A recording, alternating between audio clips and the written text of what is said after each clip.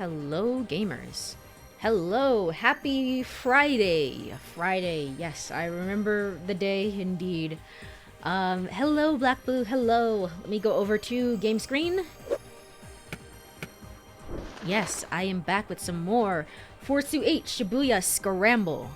Last time we got some of the side stories and I figured out like, oh, there's secret codes in the game that you have to input on specific screens.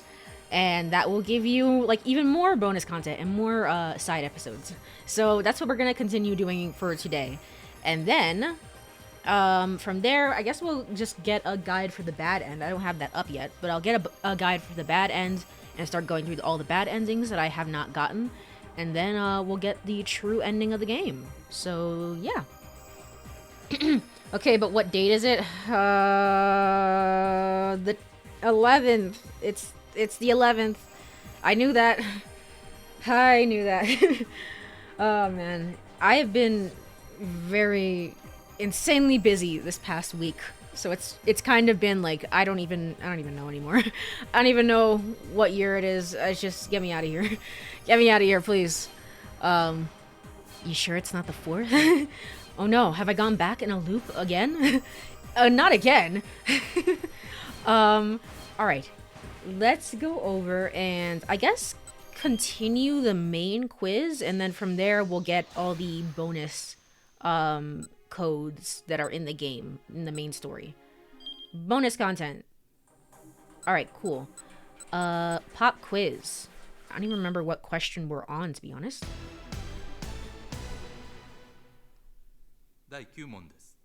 Question 9. Frank belonged to this section of the Chicago Police Department. I remember reading this last time. It was Bomb and Arson Squad. Alright, I'll type that in.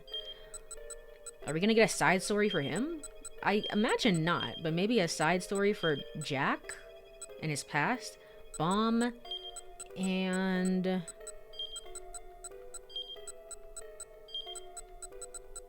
Arson... Okay. Squad. Squad is very important. You can't mess up even a single thing. You have to type it in exactly. Okay. Yay! Alright, cool. So who's this gonna be? Jack or his brother or who? Okay, it's Kuze. Oh. What a great way to start off the stream. Okay, cool. Koji Kuze, sitting in his private study, furrowed his brow. The look on his face was much like the one he wore when he made an appeal to Task Force HQ. But his gaze was fixed on his video camera's LCD display. There was his son, Tatsuya, standing on third base, giving a triumphant fist bump. We actually heard about his son during the main story, just like very briefly. He rewound the videotape a little. Kuze had purchased a video camera to record the tournament his son had competed in. It was able to take footage at full HD with 5.1 channel audio. With a trembling finger, Kuze pressed the play button. The footage started playback right at the point where his son hit the ball up between right and center field. Kuze really had heard it. Whose voice was that? Someone alongside him had been murmuring the words as he filmed. Oh, wait. That's not him speaking. Oops. Oops. Go on and run until your heart gives out, sport. But there hadn't been... Wait, but there hadn't been anyone nearby who spoke in such an excitable, childish register. Oh, okay, never mind. Never mind. I think I know where this is going. Otherwise, he'd have known right away who the strange voice belonged to. In the video footage, his son rounded second base. The unsettling voice was even louder now. And that Tatsun there, it sounded oddly familiar. Just who in the heck was this weirdo giving cutesy nicknames to his son? Huh? My boy? So then that means... Kuze swallowed, his mouth suddenly dry. That's my voice! Do I really talk like that? Kuze was flabbergasted. No, my voice can't sound that way. Oh, sorry, my bad. The video camera began to shake in his hands. For the first time in his life, Kuze had been aware of the childish squeaking he made when he got excited.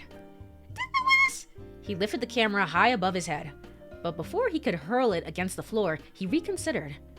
No, he couldn't do it. His son's accomplishments were stored inside that camera.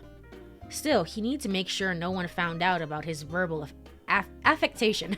I mean, we all know at this point, so you're good, my guy. You're good. If his son heard him sounding like this, Kuze would lose every shred of dignity he had as a father. What should he do? Was there some way he could erase his voice from the tape?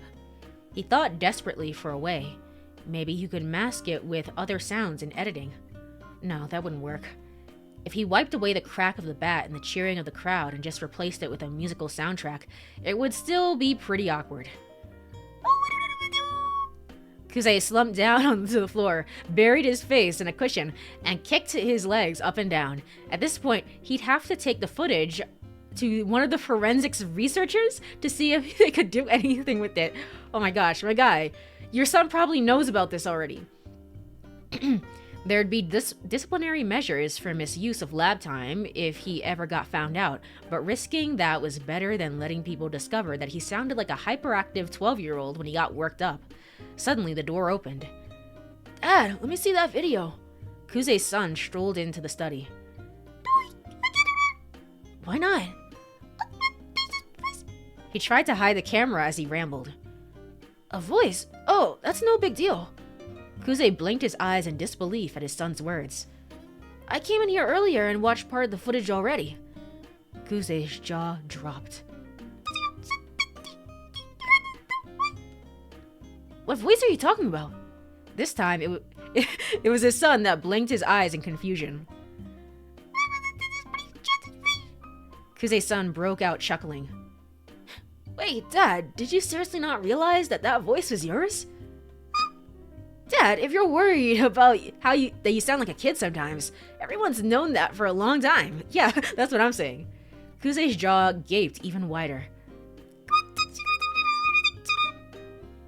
And there it is. The end. The end. That was cute. That was nice. It also reaffirmed that I actually feel comfortable with giving Kuze this voice, this kind of voice. Because, like, there were some parts in the middle when I was going through the main story where I was like, I don't even know if this is really appropriate. Granted, I do it all the time. I do it literally all the time. Like, this is just his voice.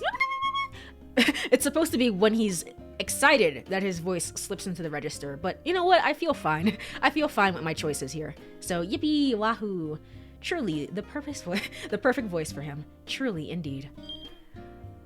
Did you enjoy our timing little look at the daily life of the virus? Well, getting us started with Ryu, kiddo, and Osawa's story during the 1,500 time block, so I imagine what might happen if the virus spreads through Shibuya. There's an odd command hidden in his imagination there. See you next time. Alright, cool. Alright, let's continue with the quiz, and then we'll go and do those. Save complete. This person called Maria Osawa at 1957. I was gonna say Tanaka, but that's too late for Tanaka. I think Tanaka would be dead at this point. What would I say? Oh, Kanan? Let me check. Let me check the thing. Hold on. Yeah, it is. It's Kanan. Look at that. I actually remember the story. I can't believe it. A-A-N. Alright, cool. Well, it's not gonna be about Kanan, so I don't know who this is. Correct, yay! Oh, Katayama. Okay, sure. I mean, I'm fine with that, I guess. It was coming up on 12 p.m. noon. The hour of the devil. The particular devil known to the support staff center as K. The incoming call light on my phone flashed. I gulped reflexively. Then, taking a deep breath, I hesitated to press the accept call button. Thank you for calling Chun Chun Food Service Center. Oh, that's cute. This is Tanabe speaking. This is Katayama from Cho Nippon Printing. I had to swallow back the squeak that tried to rise in my throat. Interesting, it's not from his perspective though, it's from somebody else's perspective.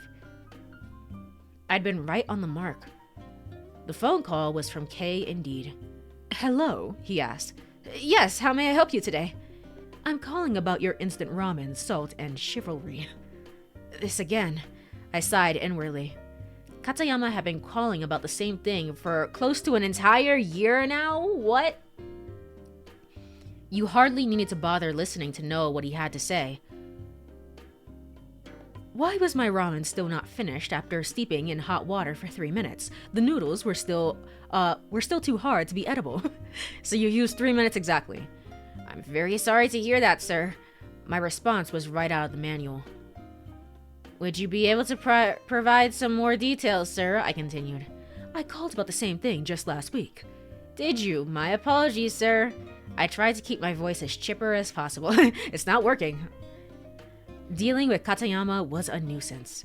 He was a man driven by logic. Treating him the wrong way could lead to disaster. Some of the staff here had wound up listening to his matter-of-fact complaints for upwards to 12 hours, passing out with their phones still in their hands. Oh my gosh. Very well. For the sake of accuracy, I suppose I ought to explain again, Katayama said. If you would, sir. First, I peel open the lid. I tear open the seasoning packet and powdered soup base and sprinkle them onto the noodles. I add the hot water, close the lid, and wait 3 minutes, but the noodles are still far too hard. Well, I think it depends on the preference of noodles. Personally, when I make instant noodles, I leave them for like 10 minutes. Even though it says 3, I just prefer them to be a little bit softer, but like some people prefer very hard like noodles. So you're fine. You're fine, my guy. Just leave it a little bit longer. This was a familiar sequence of events. I'd heard it before. Wow, 10 minutes? That's very soggy. That's how I prefer mine. Just how I prefer my specific brand upstairs. But it kind of depends on like the specific brand and like other things about that. It's not a hard science, so to speak. Begging your pardon, sir, but are you perhaps beginning to eat before 3 minutes have passed? Oh, wait, sorry. Begging your pardon, sir, but are you perhaps beginning to eat before 3 minutes have passed? Certainly not. I wait 3 minutes exactly. Are you checking a clock when you do this? Yes, my body's internal clock tells me it's been precisely 3 minutes. The urge to ask him if he was messing with me grew. Sir, perhaps instead of your internal clock, you might want to try using a clock in your home that you have on hand. I have a personal policy not to use clocks or watches outside of my work. As I done before, I fought the urge to tell him what a ridiculous policy that is. I'm sure it wouldn't hurt just once. Perhaps you should try using an actual clock to track the time, sir. My body's internal clock is accurate. A 3-minute unit of time is not something I would mistake. No. Clearly you would. You are. You have to be. I wanted to scream. If the product is not properly ready to eat in 3 minutes, that makes it defective. I guess that was Katayama speaking. If it were possible, I would have liked to stick my head through the receiver and watch Katayama's 3-minute timing myself. I imagined the lecture I'd give him when he started eating before the 3 actual minutes passed. Then, in my frustration, I had a sudden idea. Sir, perhaps we can check your internal clock against my clock here and test whether there is any discrepancy. Pretty good idea if I do say so myself. If that will convince you of my claims, then no, I do not mind. Yes. It was time to make this guy eat crow. If there is no discrepancy, however, I expect a proper apology. Now I felt like I'd stirred up a potential hornet's nest. What the hell. There was no way this guy's internal clock could measure 3 minutes on the dot. I'm guessing it will now. I would have loved it if it was like kind of a cute side to him, whereas like I like in his off time, even though he's so strict on time and things like that, he's like, oh, actually, I just waited 10 seconds. Like, I'm so bad at time. Alright then, sir, let's begin. I picked up the stopwatch that was on my desk. Internal clock diagnostic. This may be sudden, but we're going to see how accurate your internal clock is. Exactly 20 seconds after you press the button, a message saying, Tony, precisely how many can you judge at 20 seconds? Alright, let's begin. Please press the button. What is this? Hold on. This may be sudden, but here we're going to see just how accurate your internal clock is. Huh? Exactly 20 seconds after you press the button, a message saying 20 seconds have elapsed will appear on the screen. How exactly can you judge a 20-second interval? All right, let's begin. Press the button. Okay, so 1, 2, 3, 4, 5, 6, 7, 8, 9, 10, 11, 12, 13, 14, 15, 16, 17, 18, 19, 20. Okay, 20 seconds have elapsed. All right, just about. I was a little bit early, but just about. How did you do? Was your body's internal clock accurate? I guess. Was it internal? Not really. Not really. I stare in astonishment at my stopwatch. Well, Katayama asked, his voice composed. 3 minutes exactly, sir. Not a second off. It was impossible. I was trembling. So, now do you believe me? My apologies, sir. I hugged my head in defeat and heard a stifled chuckle from the other end of the line. Tell your supervisor that your product is defective. And that's when it began. The folks at Shun Foods' product development department began work on a secret project. The project's name was Anti-K. Based on Katayama's incessant calls, a reworked version of Salt and Chivalry was created. A new label the team had devised listed adjustable times based on noodle thickness and desired texture. Exactly, that's what you should have done from the beginning. That was pretty good, thank you. Thank you, even though it wasn't internal at all. Thank you so much. 2 minutes for hard-boiled or thin noodles. 3 minutes for standard. 4 minutes for soft or thick noodles. That ought to shut Katayama up. The product development team was proud of its creation. Of course, even after the new version of Salt and Chivalry, I cannot say that word for some reason, was released, Katayama wound up calling to complain again. But that's another story for another time. Amazing. I learned nothing about this guy, really. I learned nothing about it. Did you enjoy this little bug that requires me to click on it twice? Did you enjoy our tale of the cutthroat behind-the-scenes world of product development? Now it's time for some choice information. That's just common decency. In Achi's story during the 1400 time block, there is a scene inside Gigo where Achi takes a punch from the debt collector. Take a good hard look right before that scene, and see what happens. Keep your eyes peeled and see you next time.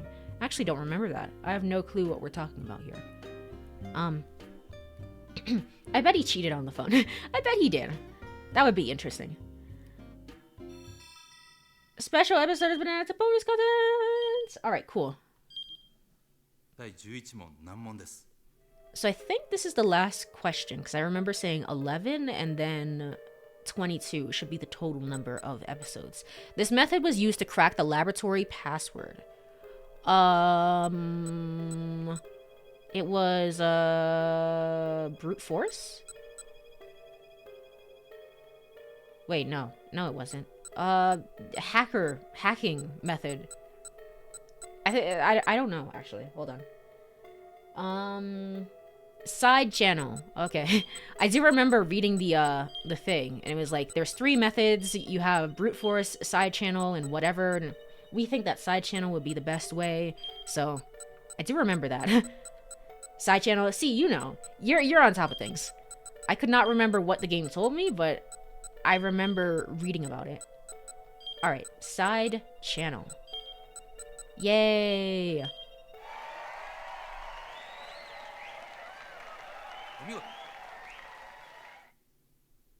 Alright, who's this? Suguru Makino. I am so shocked. Like, this guy was not as big of a presence in the main story. He showed up once, and like, he was a driving force in Osawa's story, like, as a source of conflict, but he only showed up once, like, in person. Otherwise, it was just kind of like, well, I'm around, and I say this and that and the other, which was kind of crazy. Like, he was on the phone and stuff. That's like my biggest shock of the game, of the main story, I think. Sukuru Makino's life was one of conflict. Playing factions against each other, crafting subtle interpersonal manipulations, he had done whatever was necessary to rise up within his company.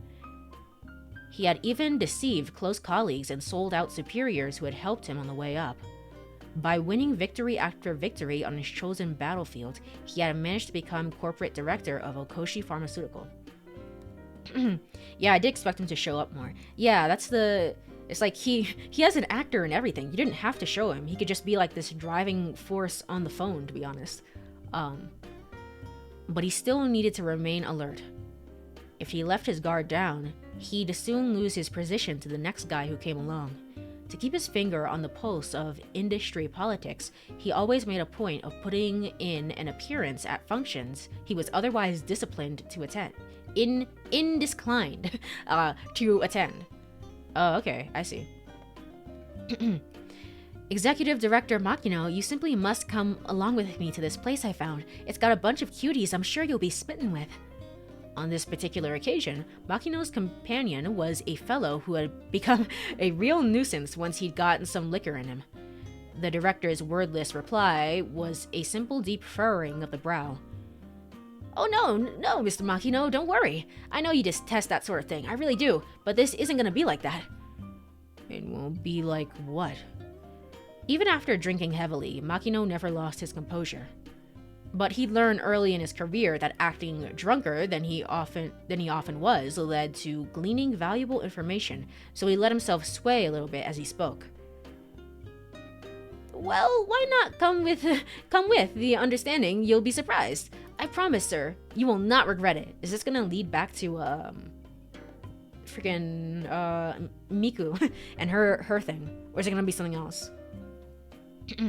Seemingly these stories have no relation to each other, so maybe not. Makino had half a mind to spit in this guy's drunken face in hopes that it would shock some sense into him. Nonetheless, he was interested in the technology the man's company possessed. Like it or not, he was along for the ride. Well, if you put it that way. Hey, taxi! The man called out without waiting for Makino to finish his reply. A cab promptly stopped to pick them up. Makino had assumed they'd be heading to some popular spot like Ginza or Roppongi, but instead his companion directed the cab toward the suburbs. Aha, and here we are! Makino was dumbfounded by the sight of their destination. They got out of the car in front of a dingy multi-tenant building with no signage out front. Surely he'd been brought someplace illegal. With a wary eye, he looked over at his companion. Don't worry about it. I'm sure you'll like this place. The man opened the door. Peering cautiously inside, Makino blinked in disbelief. What the hell? The interior design scheme was typical of an upscale cafe, aside from the fact that there were cats all over the place. What is this place? This is a cat cafe, meow meow, the man replied proudly. The cat cafe, meow meow. Makino echoed the words reflexively as he tried to process what he was seeing. Isn't it cute? The man beamed broadly. Oh my. Makino felt a big bright smile coming on. No, he mustn't. He quickly suppressed the urge. Makino was extremely fond of cats. Due to his wife's allergies, however, he hadn't been able to keep one of his own. Aw. Director Makino, is this really not your thing? The man had taken hold of one chubby cat's forepaws, posing the feline like a lucky cat statue. No, I certainly don't dislike it. Makino managed to keep his poker face up. May I ask how you knew I liked cats? I saw a framed photo of a cat you had in your office. I see. That silly old thing. Still maintaining an aura of calm, Makino stroked the fluffy calico's back. No, not like that, Mr. Makino. You need to pet more gently, and they like it when you rub underneath their chin. I'm well aware of that. Makino suppressed his initial response and instead offered a curt, alright. Scritch, rub, scritch, rub. The calico let out a throaty hum of contentment as Makino's fingers got busy under its chin. It was so cute! Too cute! Makino had half a mind to get down on the floor and start rolling around. Pardon us. Two young men, seemingly the managers, approached, taking care not to tread on any of the cats. The special course you requested is ready. Let's go, Mr. Makino. Makino's companion joyfully hopped to his feet. What's this special course? It's a secret. You might get a little dirty, so take off whatever clothes you can. Take off my clothes? What for? What in the world are you planning to do with these cats? Makino felt an unsettling mix of anticipation and unease. Hesitantly, he followed the others into a tiny private room. Just step inside and feel free to lie down and relax. With that, the managers departed. It's like a room where you can lie down on the floor with the cats, and the cats just like step on you. With that, the managers departed. As per his companion's instructions, Makino stripped down to his briefs and tank top. After flopping down on the floor, he could hear excited voices coming from the next room. Ah, yes, amazing! Wait, what? Wait, what? Was the whole cat cafe thing a front for some licentious backroom business? Had he been tricked? He needed to get his clothes back on right away. Sorry to keep you waiting. Abruptly, the door opened and one of the managers poked in his head. Let's begin. This may be a bit ticklish, but please try and relax as much as possible, and don't move too much. The manager gently set the cat he was holding atop Makino's abdomen. Yeah, I figured. Huh? Then another on his chest, and one in the crook of his arm. Then one on each thigh. Wait, so then this is... Yes, it's every cat lover's dream. The manager grinned brightly. This is the special course, the cat futon. Before he knew it, Makino's body was engulfed in more cats than he could count. A joyful sigh escaped his lips. Now, finally, Makino knew who he truly was. Conflict was never what he truly wished for. He wanted something fluffier, softer, warmer. This is heaven. Everything I've ever wanted is right here. Makino was enraptured. The cats on top of him occasionally milled about, purring and shifting positions. Whenever they did, Makino would let out a tiny little breath of tinged with pleasure. Oh, kitty, kitty, kitty. Suguru Makino, age 59, executive director of Okoshi Pharmaceutical, a man who had enemies both inside and outside his company. A man who sometimes contended with the nation itself. Hobbies include the cat futon. Finn. Amazing. Well, no, not this one. Did you enjoy our tale of a corporate warrior taking a little break? Well, here's some information for you because you're about to work some overtime. In Susane's story, during their first meeting, a nervous Takuya inquires. In Susane's story, Susane? During their first meeting, a nervous Takuya inquires about whether you can ask a name. Who's Takuya? Oh, it's Tateno. See what happens if you hold off replying for a bit. We'll hold on to things for you next time. See you next time. Yay! Yay! Yippee! Special episode has been added to bonus contents, and I think that completes the base quiz. Yeah, congratulations, you cleared all game content. That's a lie. That's a lie, but you know, sure, whatever you say. This happened the day the game occurred, and his enlightenment is the reason he came back. He never came back to the story. I like to imagine that. That seems pretty canon. As the reason he never came back. Yay, I did it. Yippee! All right. So, with that said, oh my gosh, we have so many to do. Okay. Let's go back and look for these things. Load game.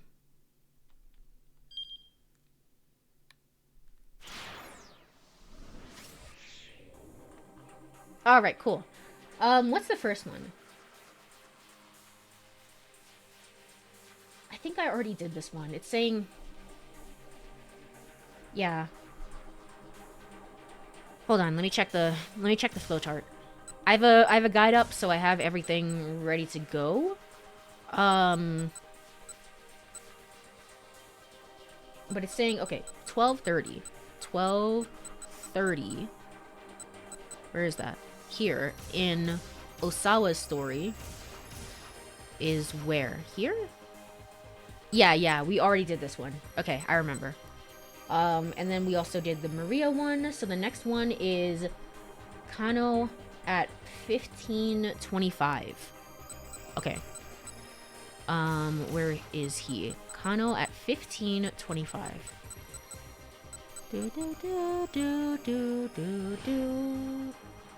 After choosing option C, Kano could sense the truth.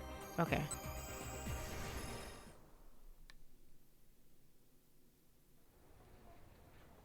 No thanks, I'll be fine. This is when we slugged the shit out of Jack Stanley here.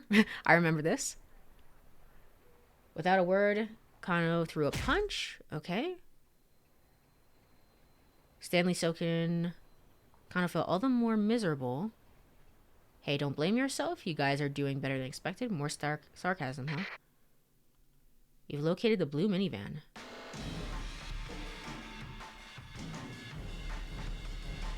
I don't feel like Hitomi might be there, and maybe the kidnapper's ringleader would be too. Broke into a run? I've not seen the sentence yet. Kano could sense the truth.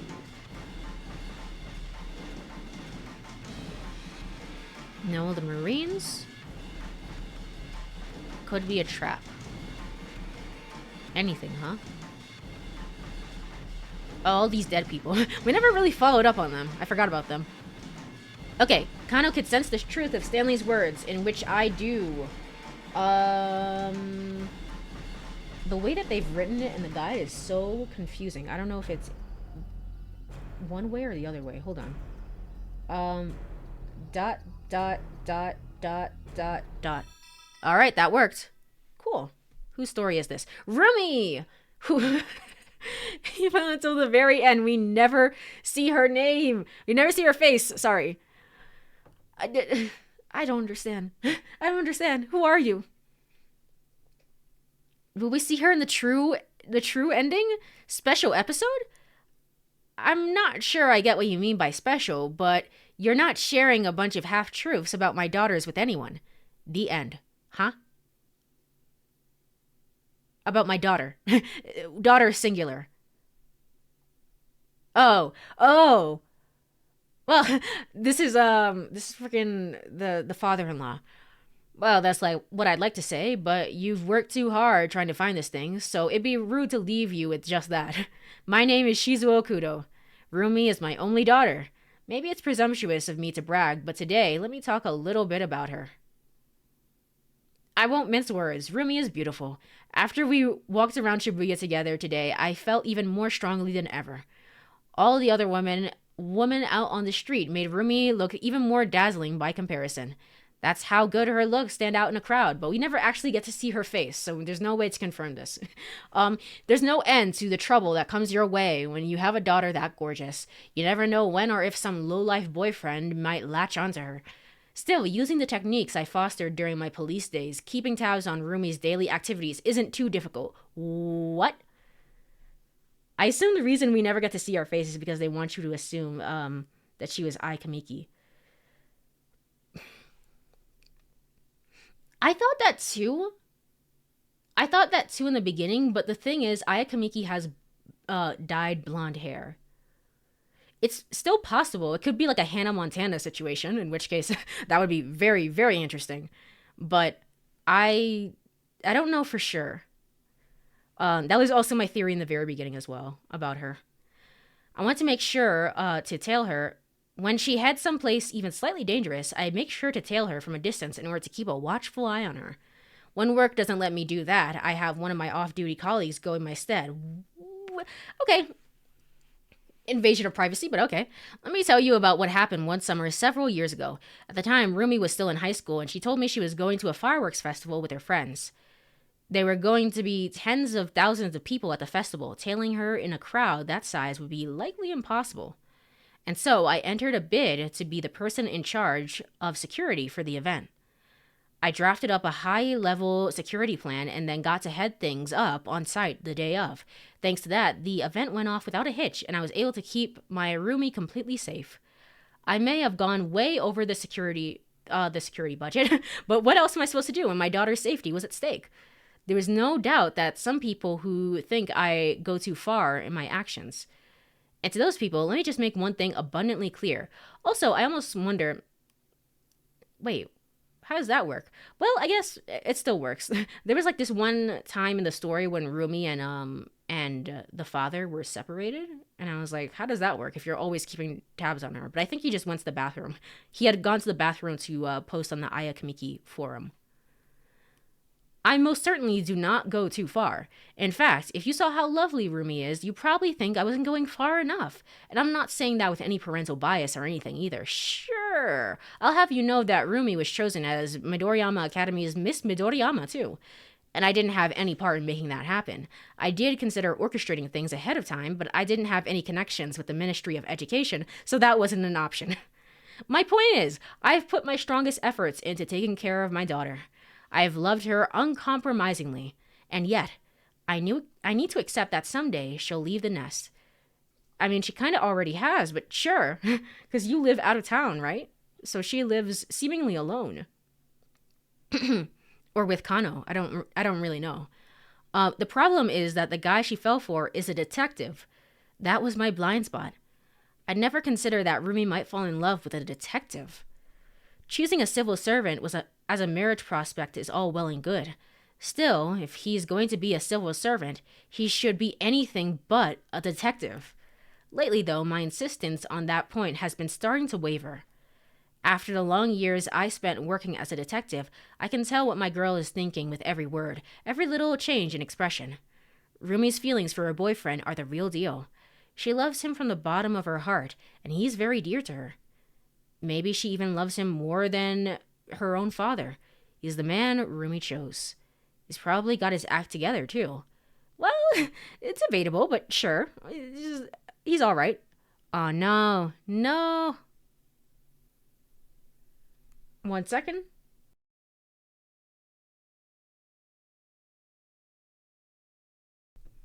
All right, we seem to be back. I was hoping things would be a little bit better. They tend to generally be kind of better on Fridays, so I'm hoping that things will be a little bit better for today. But it seems like Sunday is the best day. Sunday there are literally no issues for some reason, and I don't know what that's about. I'm hoping I just get to move soon. So, the fact that he's a detective still bothers me, but I can't deny my daughter her happiness forever. When I think about how she feels, I wonder if I should let her marry him. But I'm a stubborn man. I've been opposed to their getting married this whole time.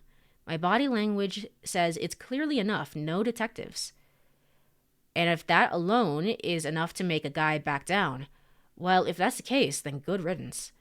I can introduce Rumi to a fine civil servant who isn't a detective instead. Maybe in about 10 years or so. Yeah, sure. It was good for a moment at the start of the stream, at least. Yeah. I don't know. It's like my biggest, it's one of the biggest stressors in my life, honestly, where it's like, I just want to be able to have good streams and create decent enough content. And I can't do that.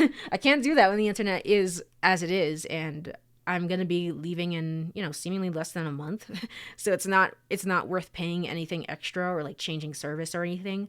It's just kind of being stuck between a rock and a hard place, and it's just not ideal. But I appreciate, you, Black Blue, and anyone who sort of sticks around through it, because I know it can be annoying. It can be really, really annoying. Maybe in about 10 years or so. Finn. Yay! All right, special episode has been added to bonus content.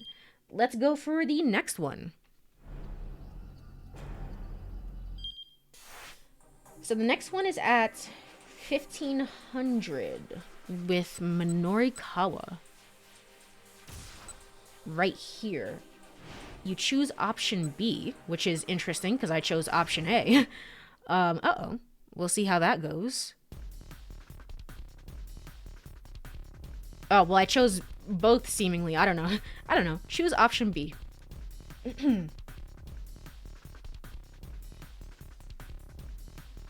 Oh, Oh, okay. I think I see what's going on. I have to choose option B for him. That completely wiped the time block. I don't... Alright, cool. I have to go back to option A then, afterwards. And then I have to go to Achi's story. And, go to 1505. To the surveillance room. Okay. Up. Upset dog. Upset dog. Upset. Hold on.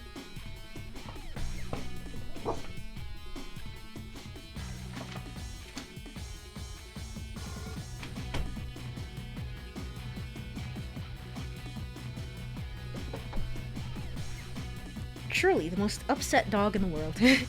She hated that the story and the timeline changed. Alright, cool. So rather than head directly for the security building. Okay. Hey, my name is you blah, blah, blah. I remember this bad end. This was the one that was like so weirdly oh well, she has Aya Kamiki has like brown black hair in this photo. But I remember she showed up once in the main story. Very, very briefly. With Hana. And I remember she had blonde hair at that time. I don't know. No, not anymore. I remember this bad end because it was particularly gruesome. It was like it was so weirdly visceral. Let's go. Rather than head to the surveillance, even if a guy was harmless, they need to be on their guard. Alright, cool. We are here. So we go dot dot dot dot dot dot. Alright, cool. Roko. Oh, this is the person who had to this is the lady who had to deal with Minorikawa and all his BS. Might be been a wig or she dyed it. Yeah. We still don't know. I don't know. Maybe the true answer holds theories. I don't know. I don't know. Ryoko Kakinuma. Her name may not ring a bell, but you might recognize her as one of the waitresses who works at the Café La Trek. She's currently enrolled in the law school at Midoriyama Academy. Her hope for the future is, of course, to become a lawyer. Revisions to the bar exam have made that challenge a trifle easier, but it's still a tough obstacle to overcome. She practically studies in her sleep. Listening in on trials is one of Ryoko's hobbies. She takes the Tokyo Metro Hibaya line to Kasumigaseki Station and then heads to the nearby court building to observe what's going on in there. Ryoko is especially fond of the district court, which handles the first hearing in local cases. Trials can be quite interesting. They're like little dramas of human emotion and desires.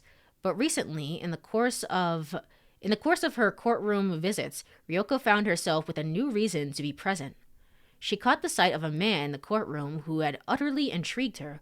She wanted to approach him, wanted to talk to him, but it was never going to happen. Now then, shall we begin? Now then, shall we begin? His low, honeyed voice made Ryoko's heart melt. Would the defendant please come forward?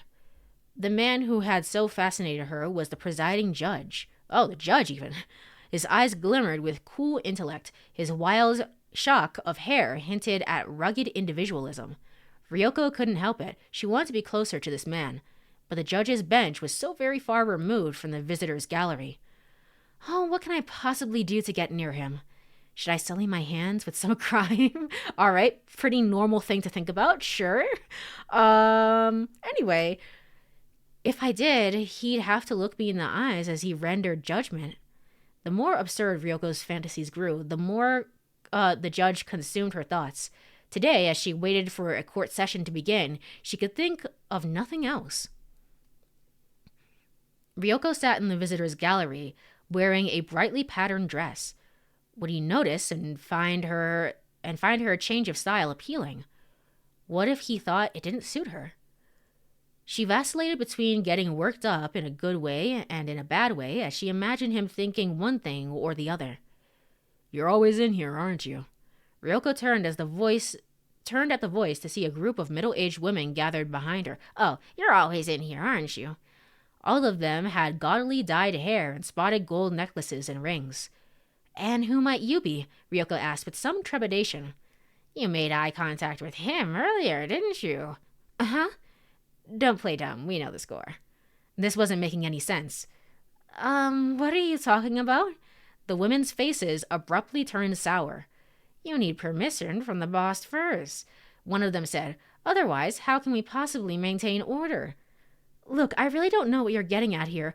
Could you explain from the beginning?" Ryoko asked. The women sighed in unison. "That's a newbie for you," one said. Now, we were all like that at first," said another. "Very well, I suppose. Allow me to explain." One of the women stepped in front of Ryoko. "We're groupies of the judge who's about to show up." Ryoko's eyes went wide. She'd never have imagined that a judge could possibly have groupies. "But," the older woman continued, "if we simply do as we please, we'll be a nuisance to the poor man, when of course we want to be supportive." The other woman nodded in agreement. "Yes, don't make the first move, but don't try and give him anything. Just look. Don't make too much eye contact. And no hogging him for yourself. We all share him with everybody. That's just the basics of groupism." A normie like you coming along uninvited. Well, you best take care not to cause trouble. Groupism. Normie?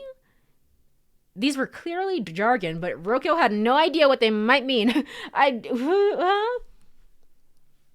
Wow, they really called themselves groupies. They really did. This is one of the more out there bizarre ones. "Hey, are you listening?" one of the women asked.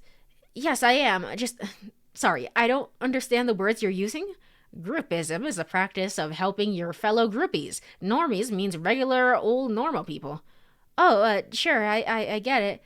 Ryoko inclined her head. "So, what did you want with me?" "If you're gonna be making eyes with that man, you need to be a member." What?"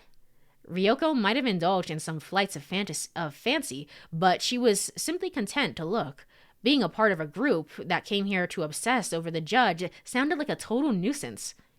"I'll pass, thank you. I'm just looking at the guy, by myself." The older women fiercely narrowed their eyes.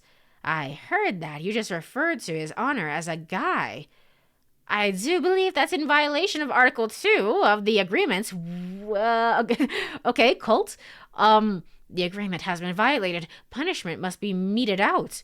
Ryoko recoiled as the older woman flew into an uproar. "Look, ladies, your weird pact has nothing to do with me." "How dare you?"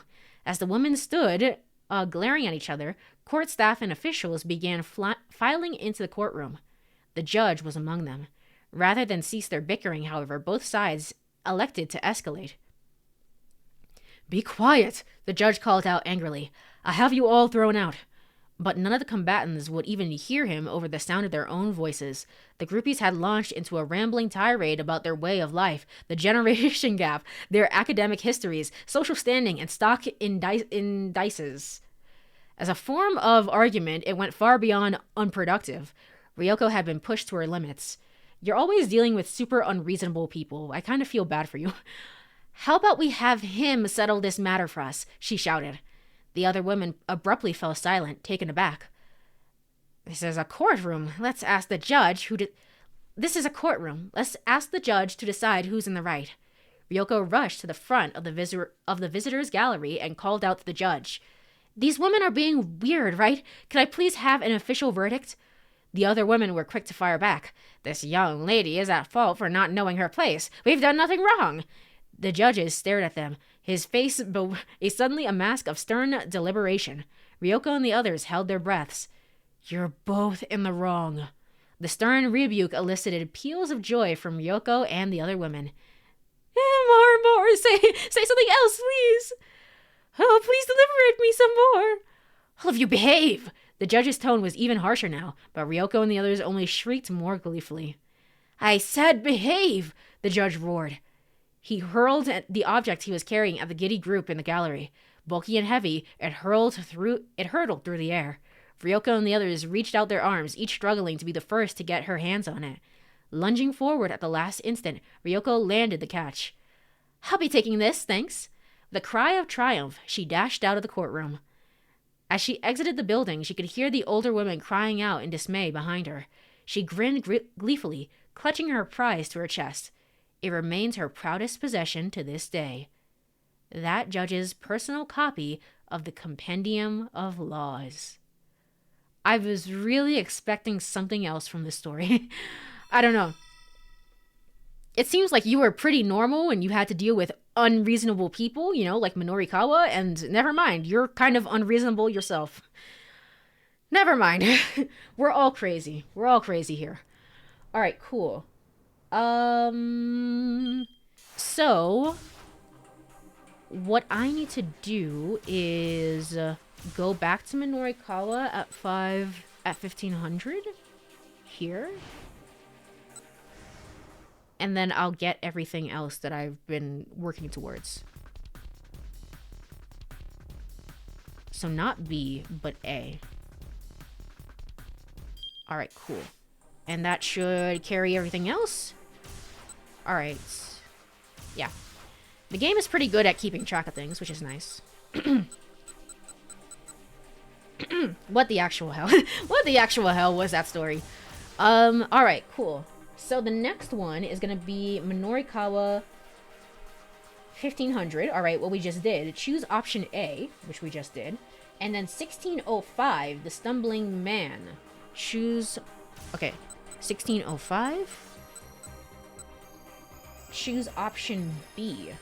What did I choose before? For which one? The Stumbling Man? Oh, I did not choose option B. So that's going to lead to a bad end. If you're heading to that publishing office again. Okay. All right, let's head for it. Is it fun hitting people with that thing? All right, bring it on. I'm sorry. Yeah. All right, I'm sorry. Getting dragged into a street fight was not what he needed. If you're heading to that publishing office again. With that, the only... Okay. Minorikawa looked around. It was Kimizuka. Do you need a ride, sir? Here, I assume. Yeah, okay. Alright, so the code is... Alright, cool. Hey, Chiaki! Alright, that's kind of cool. Underneath the dazzling, brightly lit sign was a staircase leading to the basement level entrance. I stood up at the top of steps. I think that, I don't know. And this is something that I'm going to do at the, finale stream. I'm going to look up the actors behind this game. But I think that Chiaki, I don't know. Something about Chiaki is very much like, I'm a model, or I'm a actor. Something about it kind of just screams that. Something about her. I stood at the top of the steps. Maybe I should have turned this one down. No, I couldn't think like that. There was no way I could turn this down. I've been completely broke with no money and no work other than the offing when Mr. Mino gave me this chance. I've been tasked with a page of the monthly 4-star general gossip, and I wanted my work to live up to his expectations. I had to do it, but... She does have that flair. Yeah. It's just a vibe. It all started several hours earlier. There's this new establishment that's popular with middle-aged and older folks, Mr. Mino said. I'd like you to go there and get an interview. I was a bit startled by the request. It's popular with old guys. Is this place something risque? The core demographic for the gossip was older men. This readership often baited with lewd articles. If the place in question was a porn shop or something similar, wouldn't it be better to send a man instead? No, Mr. Minorikawa, it's not what you're thinking. It's perfectly fine for women to go there. What sort of establishment is it, then? Mr. Mino cleared his throat. From what I hear, they yell at you. What? Yell at you? Like you pay them to get mad of you on purpose? That's right. Well, what for? That's why I'm sending you to go find out. I've made the appointment for you, so get going already. Mr. Mino's barking kicked me into gear, and I found myself heading over to the place. This feels like not a good combination for Chiaki, because she has low self-confidence, but I don't know.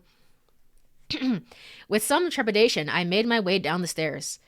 People got mad at me all the time when I was out on the job, so I couldn't understand why anyone would want to pay for the privilege of being chewed out. I opened the door at the end of the hall, and my ears were immediately treated to the sound of women's voices snapping angrily. I told the young man working as the host that I was there for an interview, and he led me to a waiting room. There were female employees in there, glaring sharply at the waiting customers. "Why are the people who work here so angry?" I asked. "Oh, that's the service we provide for free." The young host kept his voice low, but there was a pride in his response. Every so often, one of the women would click their tongue in disapproval. Each time he heard it, the older man alongside her would sheepishly cast his eyes down. I hadn't the foggiest idea why he seemed so happy. I was scared. No, more like weirded out. If I could have, I would have turned right around and left. But I needed the money, and more importantly, I owed it to Mr. Mino to get the material he wanted. Chiaki-iso, we're ready for you now," said the host. "This way, please." Yes, of course. Thank you so much." My voice broke as I gave my reply. Awkwardly, I shuffled out of the waiting room. A woman on the sofa glared at me, shaking her head and tisking 3 times. The private room was maybe 50 square feet, the floor covered in tatami mats. "We do hope you enjoy yourself. Please wait here, kneeling in the seiza position." I did as I was told, got on my knees with my legs folded beneath my thighs. I was worried that if I didn't, the host would be mad at me as well. Aw. As I waited nervously, I could hear voices coming from the room next door. An older man and a woman were speaking with animation. "Oh, bless you.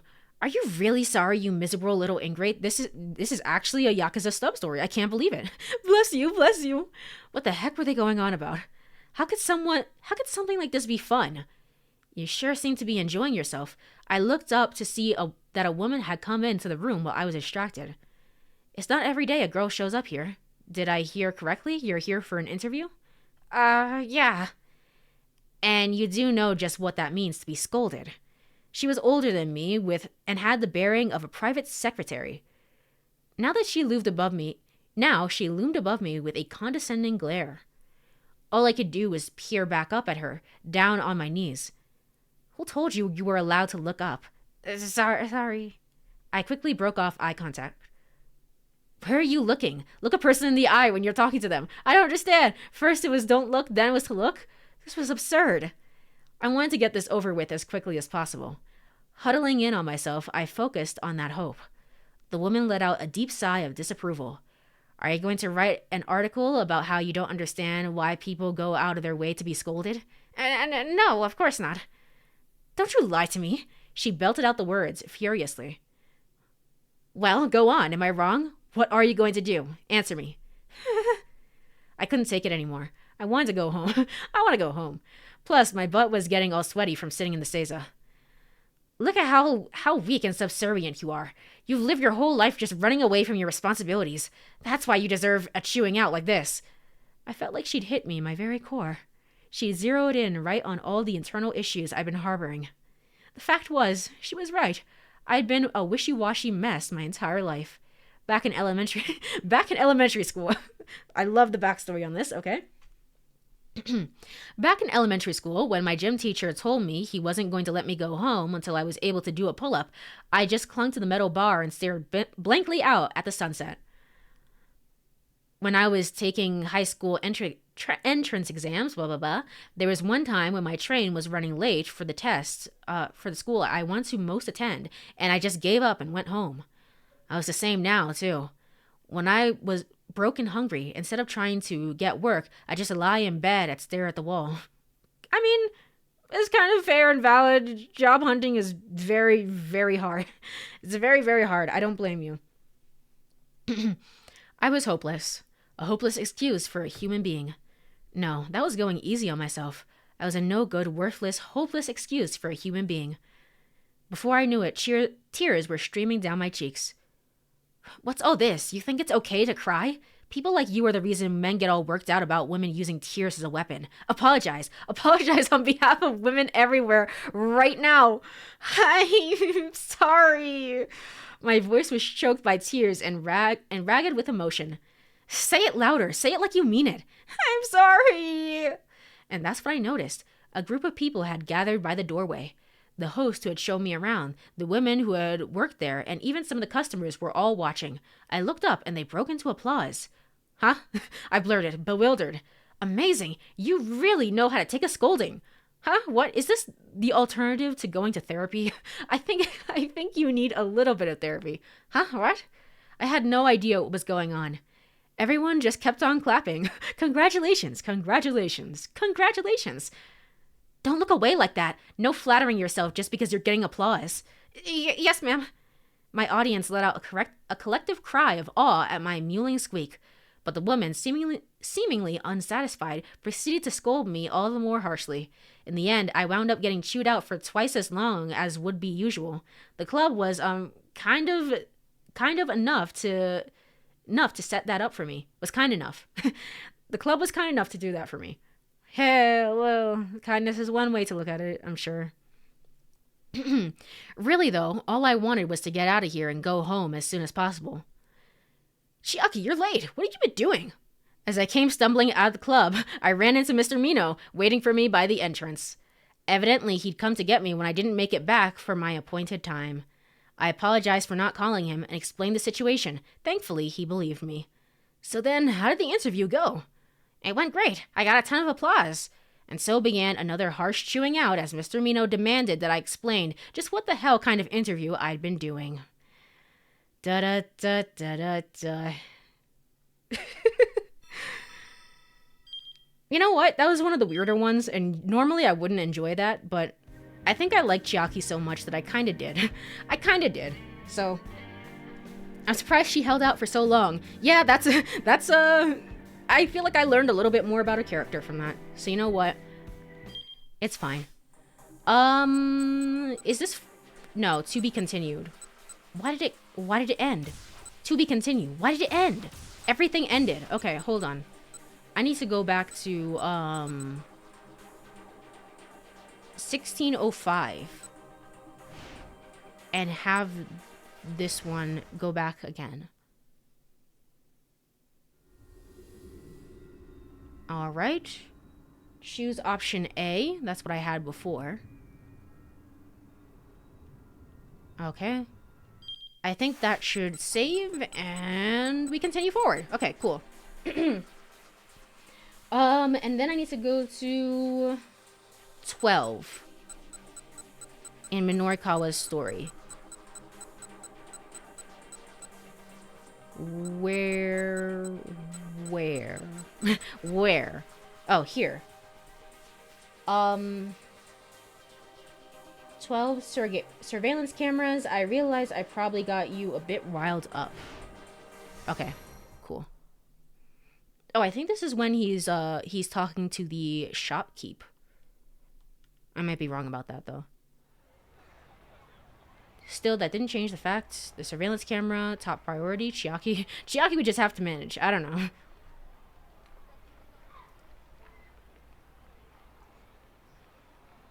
There were so many, it was hard to believe he'd never noticed them before. Alright. Hey, you there. Minorikawa called out to the man. Yeah, I remember this.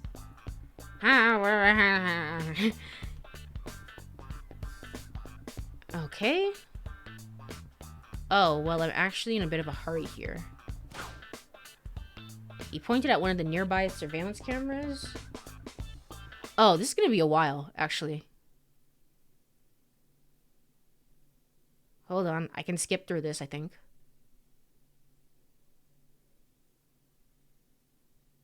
You're being naive. You're everyday. Because it is. Okay. Okay, here it is. I can't skip. Where's the earliest place I can skip from this? Oh, gosh darn it. Okay, fine.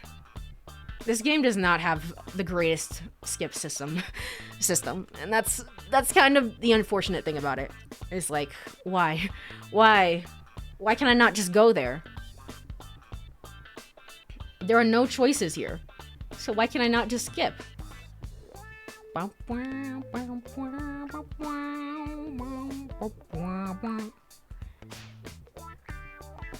There There are some places, okay, for example, security camera. Nope, you're the one making an extreme argument here. Just gaslight them, basically. If they ever do a remake, maybe they should improve upon that. It's like, yeah, definitely. It's like, I'm surprised this game doesn't have a sequel. That's the main thing. It's like, if they had a sequel, they could definitely improve on some of the gameplay stuff and add even more stuff, you know?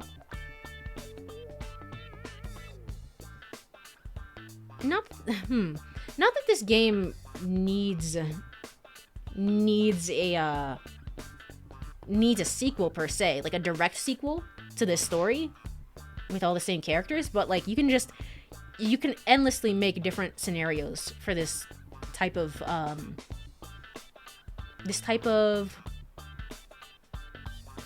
way that they tell the story. I guess is what I'm trying to say. The man was visibly taken back. Thank you for your cooperation. It's me, Minorigawa. I realize I got you a bit riled up. The screen is not moving here. Oh, it is. It's very slowly. It is panning to the left. That's amazing. This one is very difficult. All right, cool. The code is doot doot doot doot doot doot. All right, cool. Hey, cool. One that's actually relevant. I can't believe it. Yase Yasuda. The sound of fingers clacking across a keyboard echoed in the dimly lit room. As soon as he gotten back to his apartment after a shift at the secondhand shop, Yasuda had gone straight to his computer. Ever since he started his blog, his day didn't feel complete until he made an update.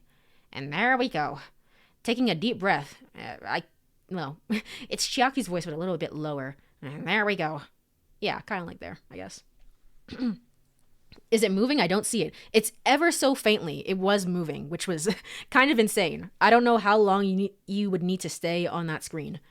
Taking a deep breath, Yasuda read back over what he'd just written. It's called mixed martial arts for a reason. It's more than just punching. If your strikes aren't working out, you go for a takedown or something instead. I shared my observations here on my blog, and then the week after, he managed to get his first win in a while. I'm positive that he saw my post. So come on, Funayama. If you're lost in the dark, just lend me your ear. I'll let you know what to do.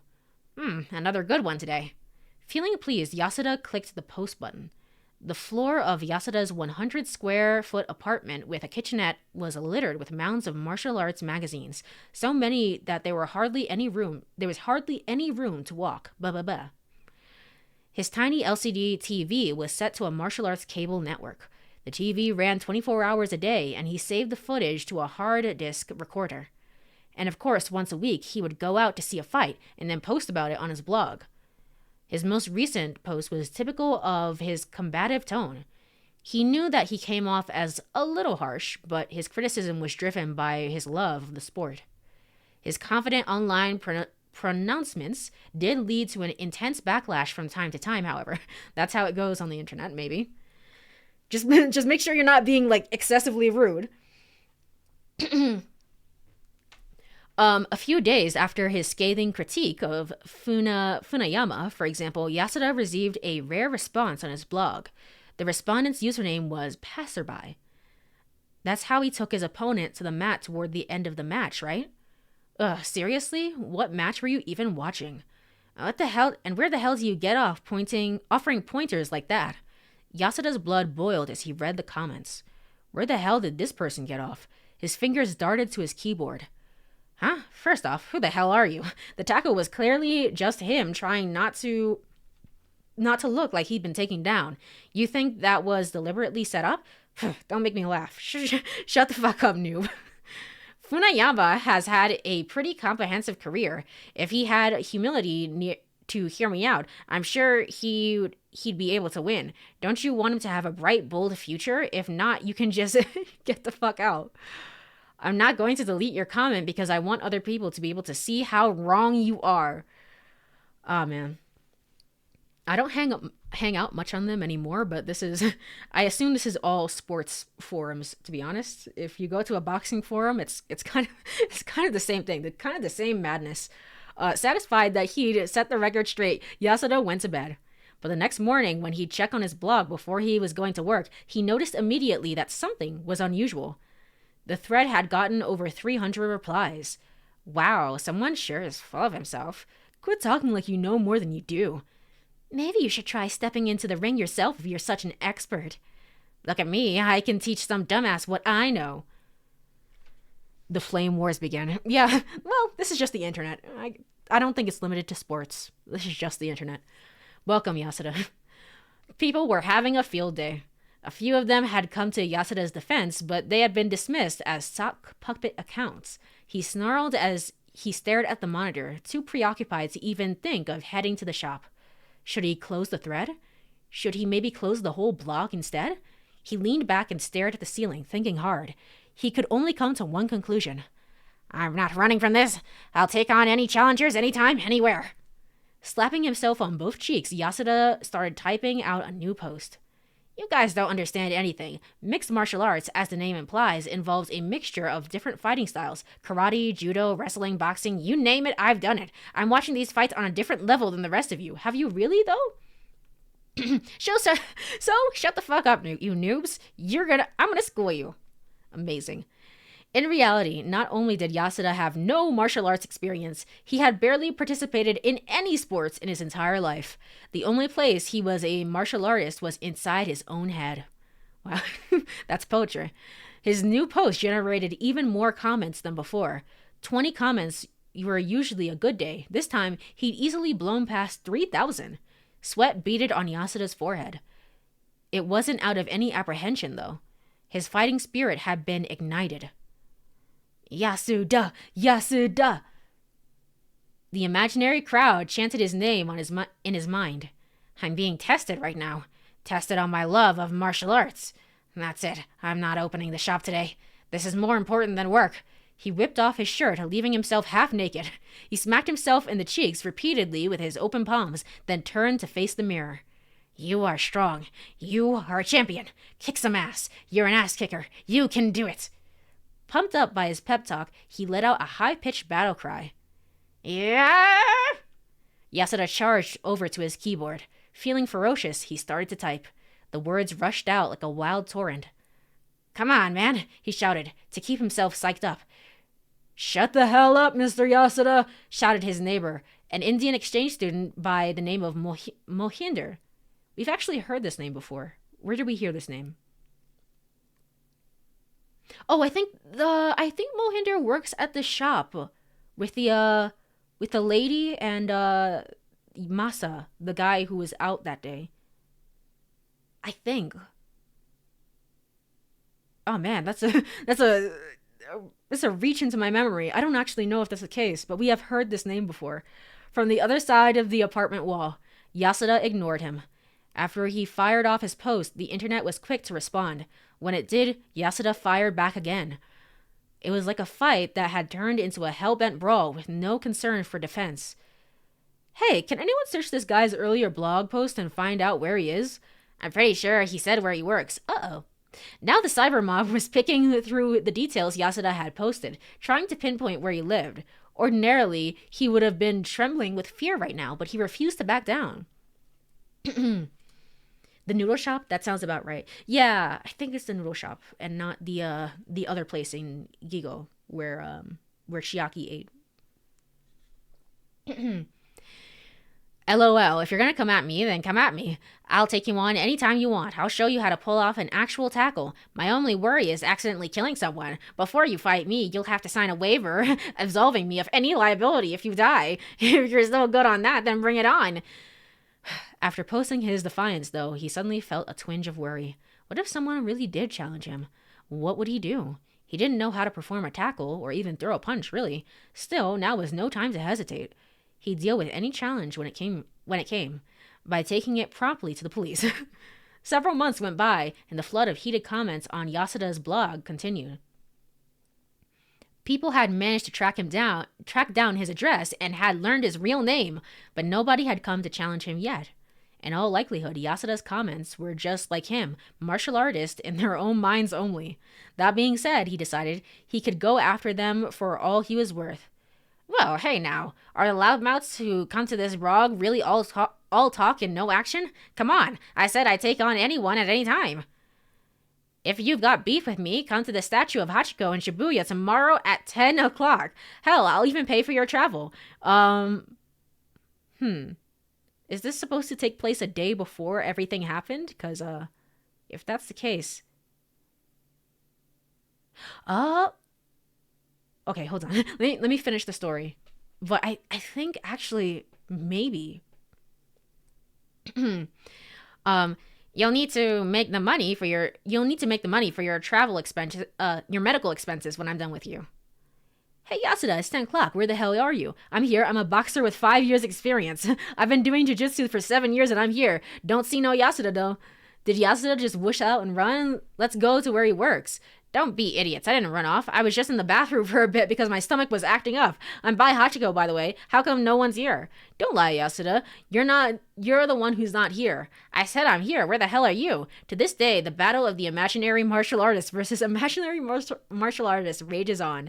Each competitor is still safely ensconced at home. The blog still gets over 1,000 hits a day. Amazing. Okay, maybe not then. I thought it might be that we see him at the very beginning, but no. There's my alarm. There we go. I thought that might have happened earlier today, but no, that's not the case. Give me 1 second. All right. So, next one is Osawa at 12:35 here. 12:35?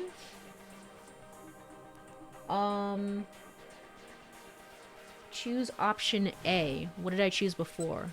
I choose A, I think. Yeah? Hold on, just to make sure. Just to make sure that I chose option A. Let's go in here and check. There's Hana. There is Hana.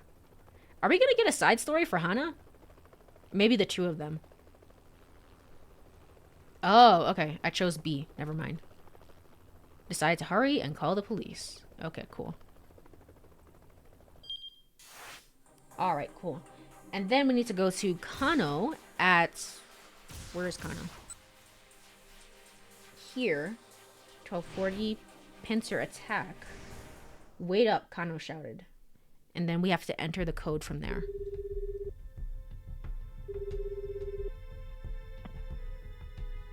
Alright. Can I skip through this? I'm begging you, please. Wait up, Kano shouted. I can't skip through it. Okay. Fine.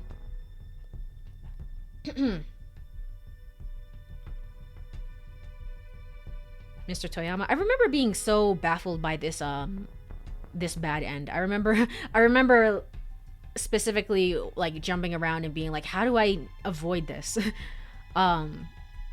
Yeah, that was one of the more difficult parts of the game, I think. The suspects, okay, yeah, I know. Do something about it and get over here. Okay, sure. I know. Hey, Kano. He made a run for it. Huh? Wait, what? Oh, crap. Wait up, Kano shouted. Okay, so the code is da. Ha? Da. Okay, that worked. Don't know what that... Oh, hey, it is her. Wow, I don't believe it. I actually called it.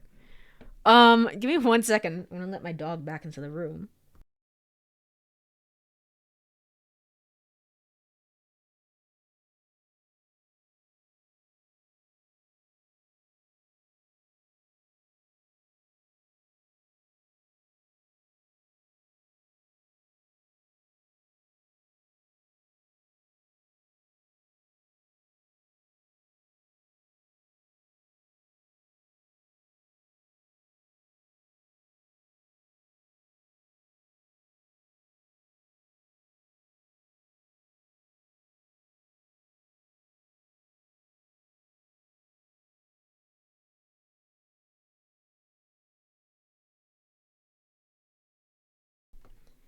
All right.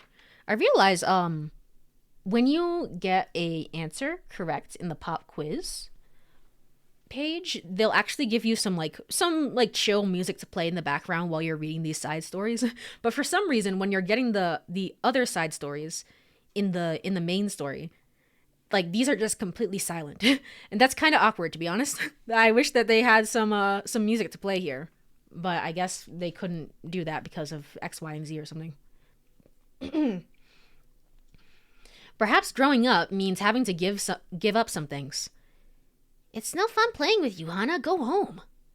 She'd probably never been able to forget those words, even when she had grown into adulthood. Hana Toyama loved playing hide and seek. We can tell, you're always all over the town, so none of her friends could ever find her when she was hiding. And on the rare occasion when she was it, she found everyone surprisingly fast. Amazing. When it came to hide and seek, Hana was the best of the best. One might say that she had an exceptional talent. That is odd. Yeah, I don't know. Maybe they just...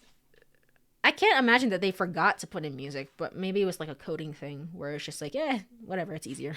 It's easier if it has no music, whatever, just leave it blank. One might say that she had an exceptional talent. In time, however, that talent turned into resentment. What are you doing? Are you chasing your tail? What are you doing? Her outstanding knack for the game made hide and seek pretty boring. Nobody could find her when she was hiding, and nobody stood a chance of hiding from her when she was it. And how could that possibly be fun for anyone? It's no fun playing with you, Hana. Go home. Anyone whose best friend said something like that would feel pretty wounded.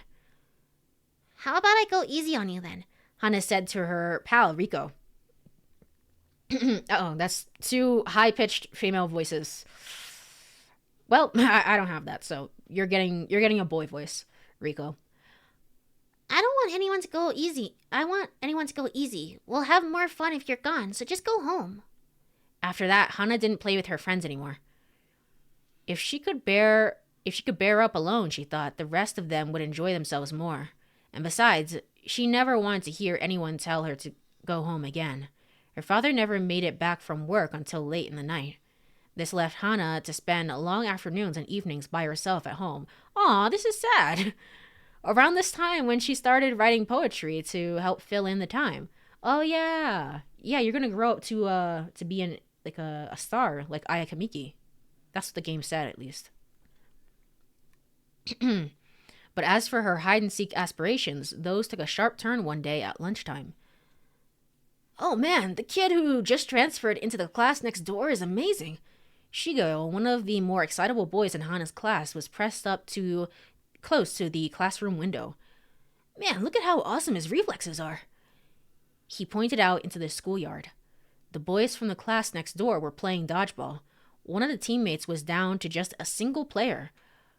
Oh wow, the new kid's the last one left. The opposing team was doing its best to pelt the new students with rubber balls. He managed to avoid them all with nimble ease. Shigo was the only one held captive by the new kid's performance. Wasn't the only one. Soon, a whole flock of schoolchildren had crowded up to the window. Caught in the flow of the crowd, Hana found herself standing by the windowsill. I hear he was a hide and seek champion back in his old school. Hana perked up. They say he could find anyone in under 5 minutes. The classroom let out a collective wow at the top of astonishment. Getting in under the 5-minute mark was pretty impressive. Pretty impressive. For Hana to get a similar time, she knew she'd need to go all out. I hear they say he's gonna make himself a hide-and-seek legend here at our school, too, Shigo chirped. No, he can, Hana shouted, before she could think better of herself. The classroom fell silent at her abrupt outburst. He can't beat the hide-and-seek champion. Hana could be stubborn in her own way. She wasn't going to let someone else win the title of hide-and-seek champ if she wasn't part of the games, but Hana couldn't ask to play hide-and-seek with the other kids anymore. Putting her foot down now wasn't going to do any good. Maybe you want to let him know that then, Hana? This time it was none other than Rico who had spoken.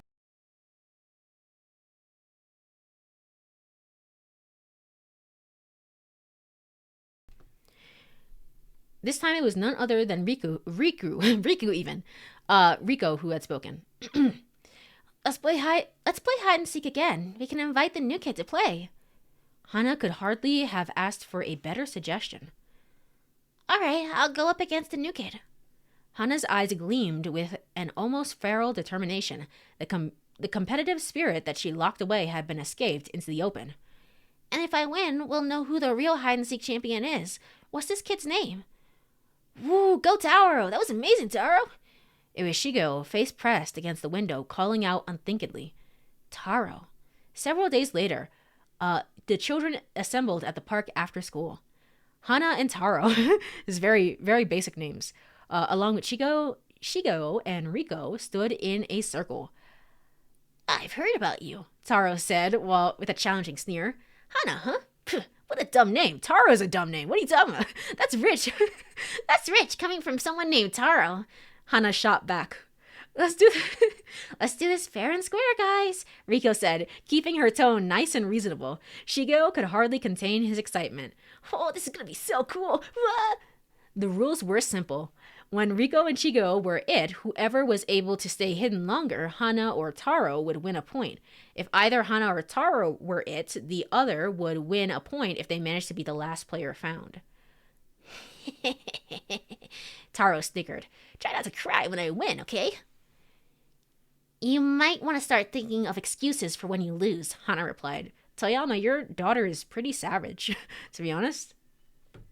The four used rock, paper, scissors to decide who was to be it. There was a long series of ties. Each time Shigo would blurt out, "Oh wow!" Hana was just about to suggest that they split into two groups of two when the stalemate broke. Oh wow! Shigo alone had thrown something different, so he was it. It was time for the first round. Hana employed the hiding while moving tactic. Alright, there's tactics in hide and seek. Okay. Skillfully shifting position to stay in Shigeo's blind spots. She didn't sense Taro anywhere nearby. While she stayed hidden, wondering where he could be, a rock came hurtling through the bushes right in front of her. Hearing the rustling sound, Shigeo came running in Hana's direction. Oh wow, I found you, Hana! Ah! Shigeo's voice broke into a falsetto as he shouted. Wait, did Taro do that? Hana huffed to herself, still vexed by the rock. Hide and seek became much more complex affair after a player had mastered a few tricks. Hana's hiding while moving technique was one of them. Another such trick was to throw a rock far away from yourself in order to draw the seeker's attention away. Taro must have done that, and the side effect was that Hana had gotten caught. Hana could tell that she wasn't going to be able to coast through this competition.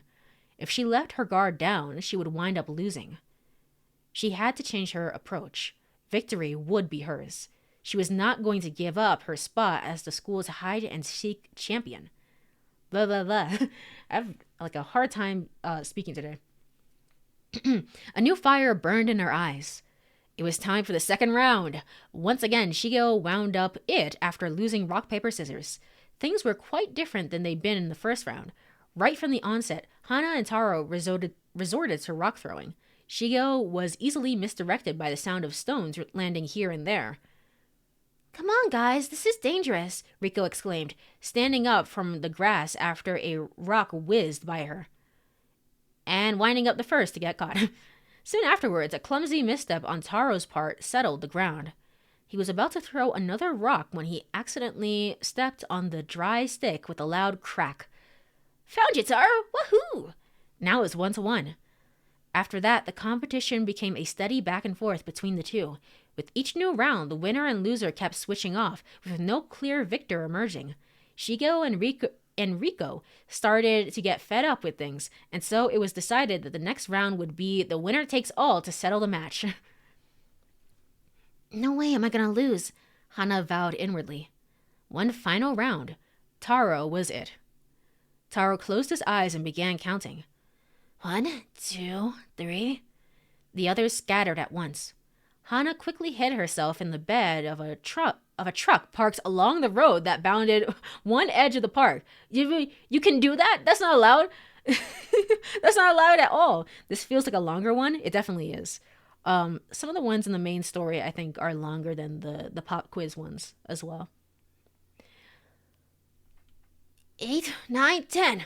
Taro finished counting and stood up. Just then, the truck's engine revved up. The truck took off with Hana still aboard. Continued in Taro Toyama's episode. Okay. Whoa. All right.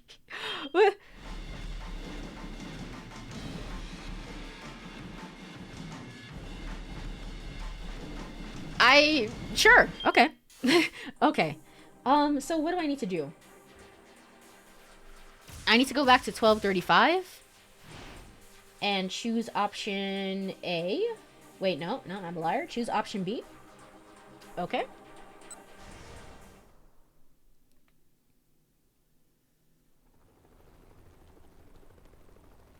I'm guessing that this one is going to give us part 2, but I'm not entirely sure. All right. So instead of A, choose B. And it's been saved. Okay, cool. And then Maria at 1340. Maria at 1340. Back when she was still Tama. Oh gosh. Okay. Right here. What to do with the cat suit? Choose option A. Okay, I'm currently on B.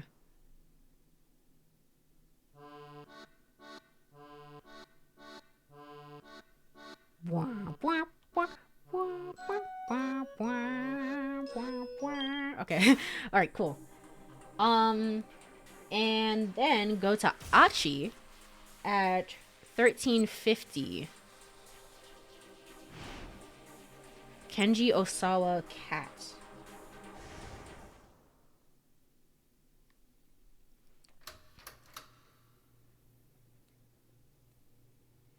Mr. Tanaka, the cat had both hands stuffed into its pockets. Oh yeah, this is the bad end where friggin' Tatano comes in the cat suit.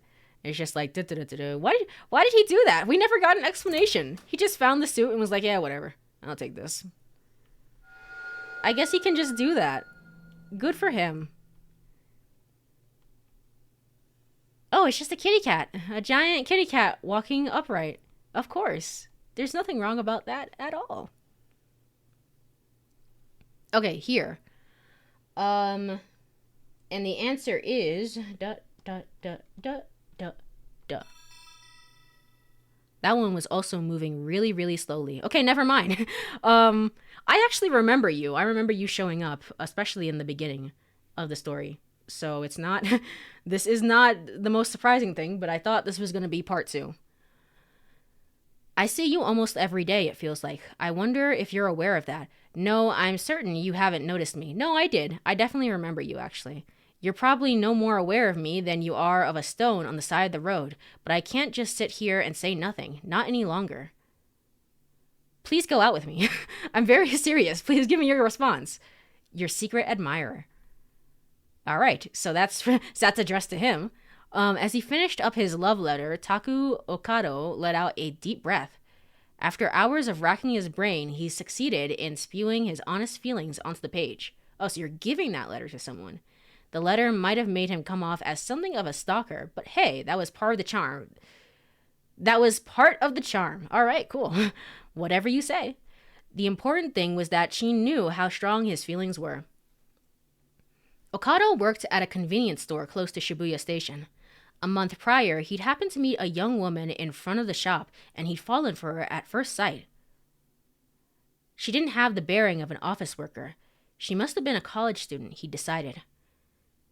After that first encounter, she came by nearly every day at 12:15 to buy lunch, a raisin sandwich and a coffee milk. That was her usual. On the rare occasion that she brought strawberry milk instead, Okado would have to worry something bad might have happened. But despite their regular meetings across the counter and the yearning looks he always gave her, theirs had remained the relationship of employee and customer. You know, there was a an anime called Sing Yesterday to me, and I don't remember anything about it, to be honest. I don't remember a single thing about it. But I was like, is this the plot of that story, or am I mistaken? I can't freaking remember. It's been so long, man. I remember the performances, like the voice acting performances, being really good in that, but otherwise, I can't remember it.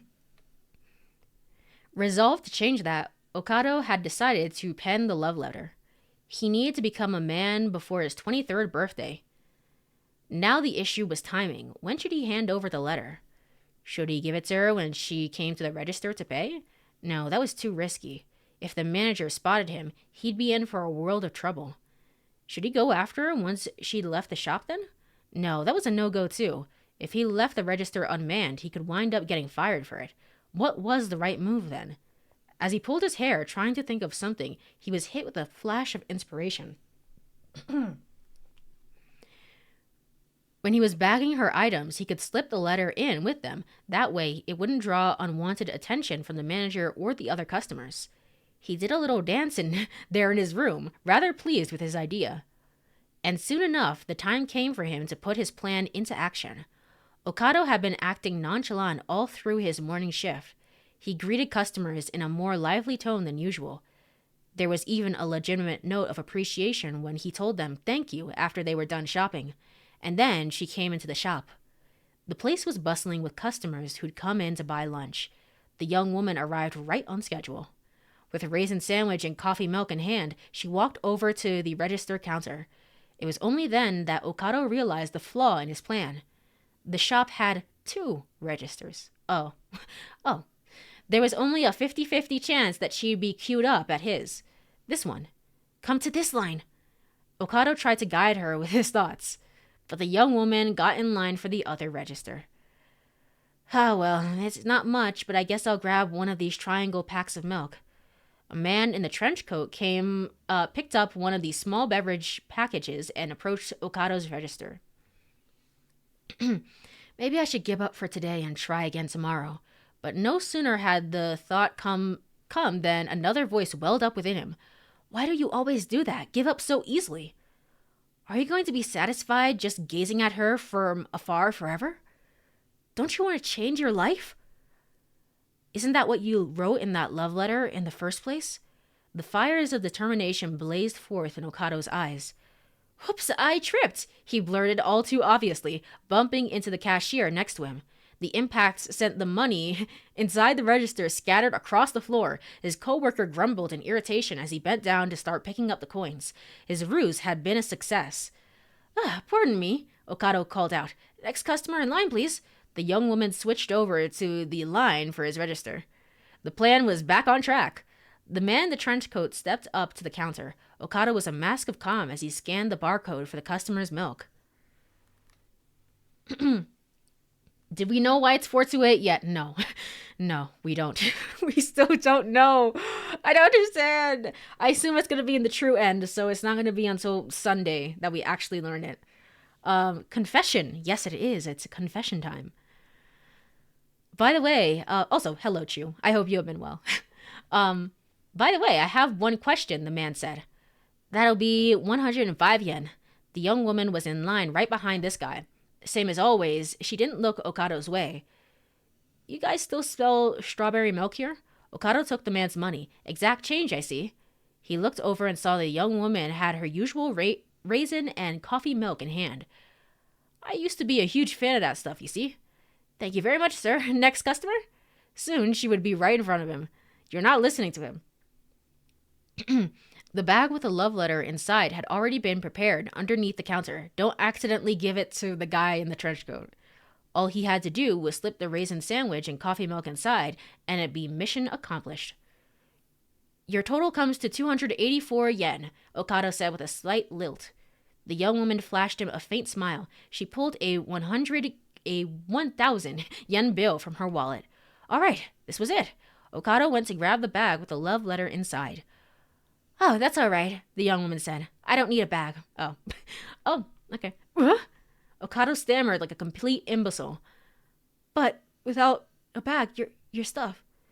The woman unslung a bag of her own from under her arm. It was a reusable, eco-friendly shopping bag. A reusable bag? But when... How come all of a sudden you... Okado stammered. The woman smiled brightly. I care an awful lot about the environment. She placed the item she'd purchased into a bag and then briskly departed from the shop. Is it supposed to be, Hitomi? Maybe, possibly. Eco bag blocked. Indeed. Aw, man. Okado crumpled the love letter in his hand and let out a big, dreary sigh. And that's the end. Wow. Special episode has been added to bonus content. Alright. So, let's go... Hold on. Choose option B. So let's go back to 1340 here and then choose option B. Man, there's a lot of back and forth for all these different things. All right, cool. Choose B. All right, we've been saved. Now go to Kano during 1420. And choose option A. The Syndicate's goals. Choose option A. All right.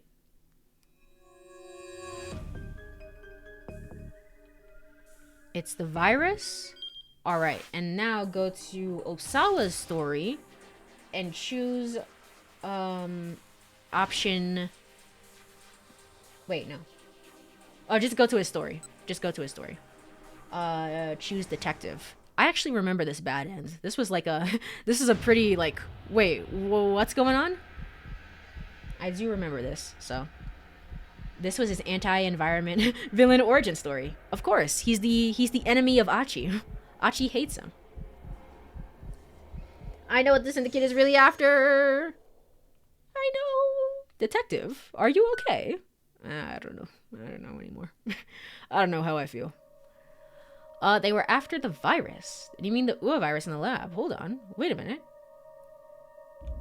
Do not look away. These are your crimes. So that was I who sent those, his wife who sent those emails. Why did she do that? I can't remember at this point. I don't remember. The sudden okay. The wrist, I'll tell you everything down at the station. Okay, here it is.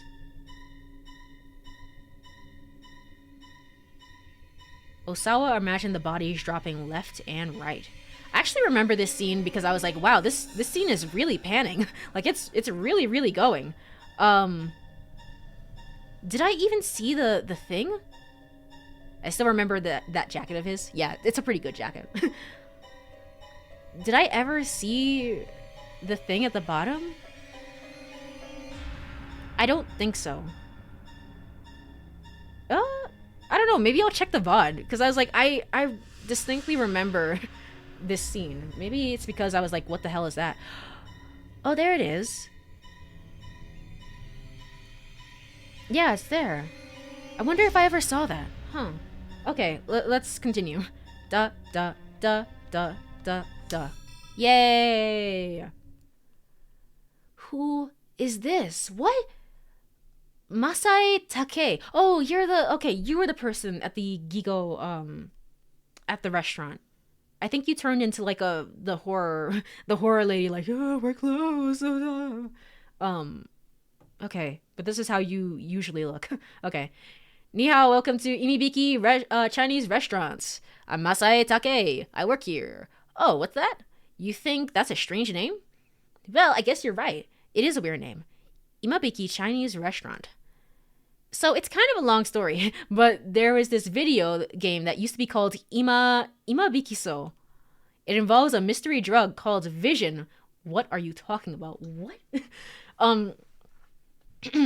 That causes you to be cursed by a woman in black when you take it. And okay, yeah, it's a long story. I'll quit while I'm ahead.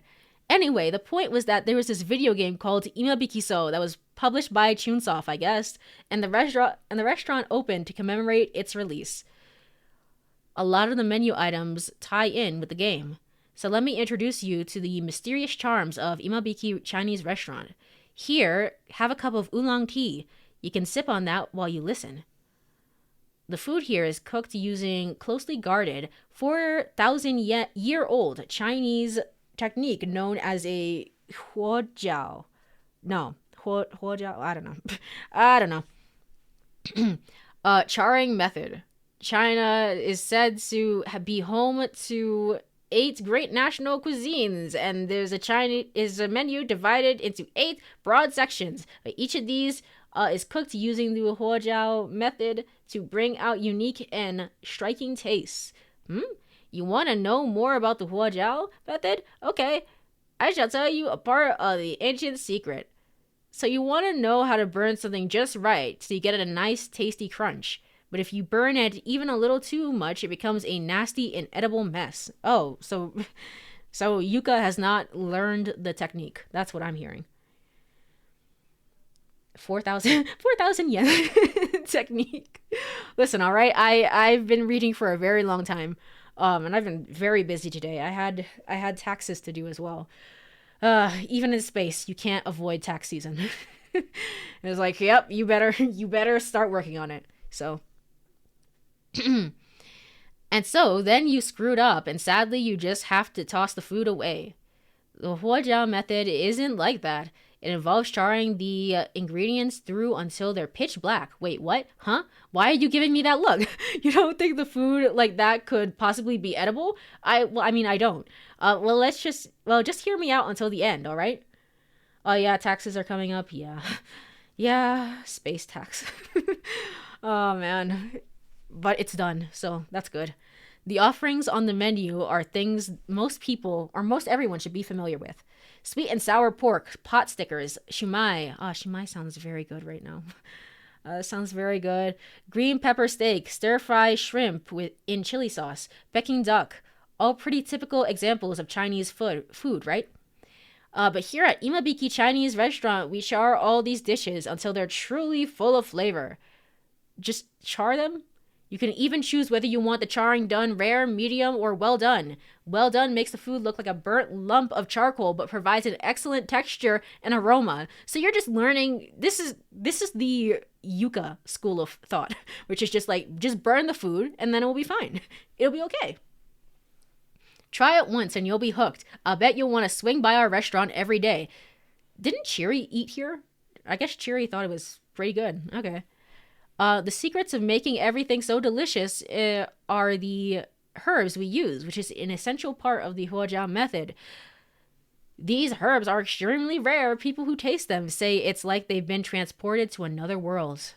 What herbs are these, you ask? It's a trade secret, I'm afraid. Oh, I can't wait for you to try some. Once you've had them, I'm sure you'll never forget. We have a lot of regular customers and a lot of students from nearby universities come here as well. Oh, and what perfect timing. Here's one of our regulars, Hiroki Makimura. Do I know you? I don't think I recognize the name, to be honest.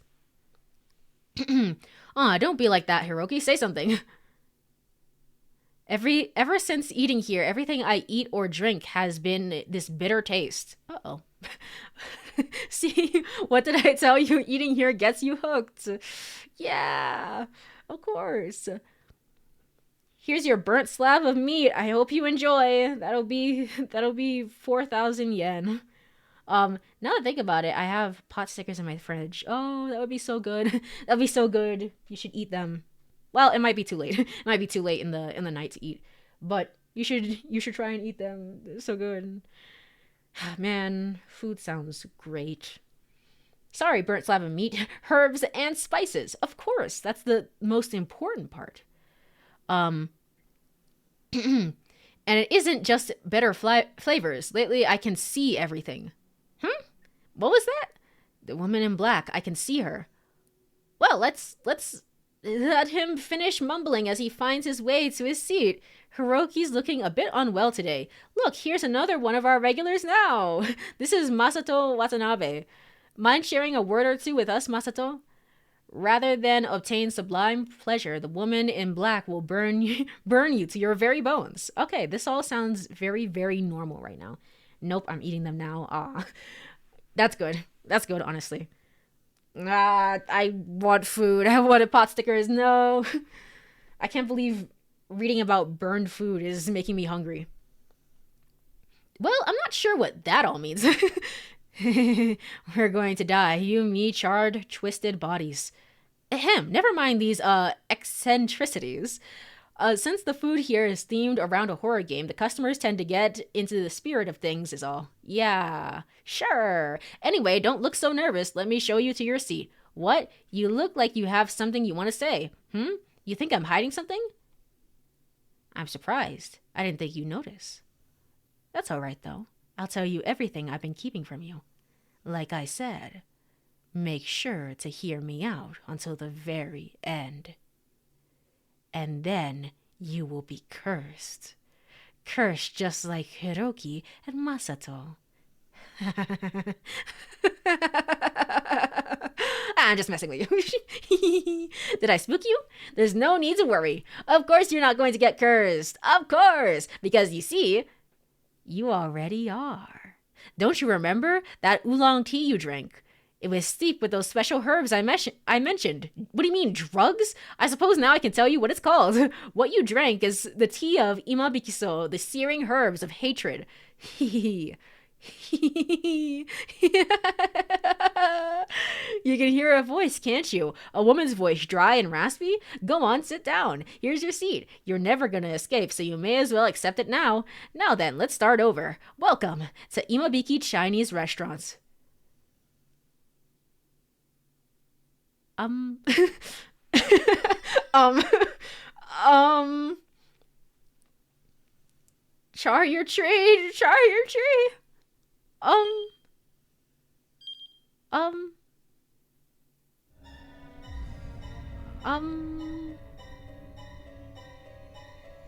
I swear, I distinctly okay. Anyway, moving on from that, I distinctly remember the screen, like moving down from here, and then me seeing this and being like, "What in the fresh fuck is this?"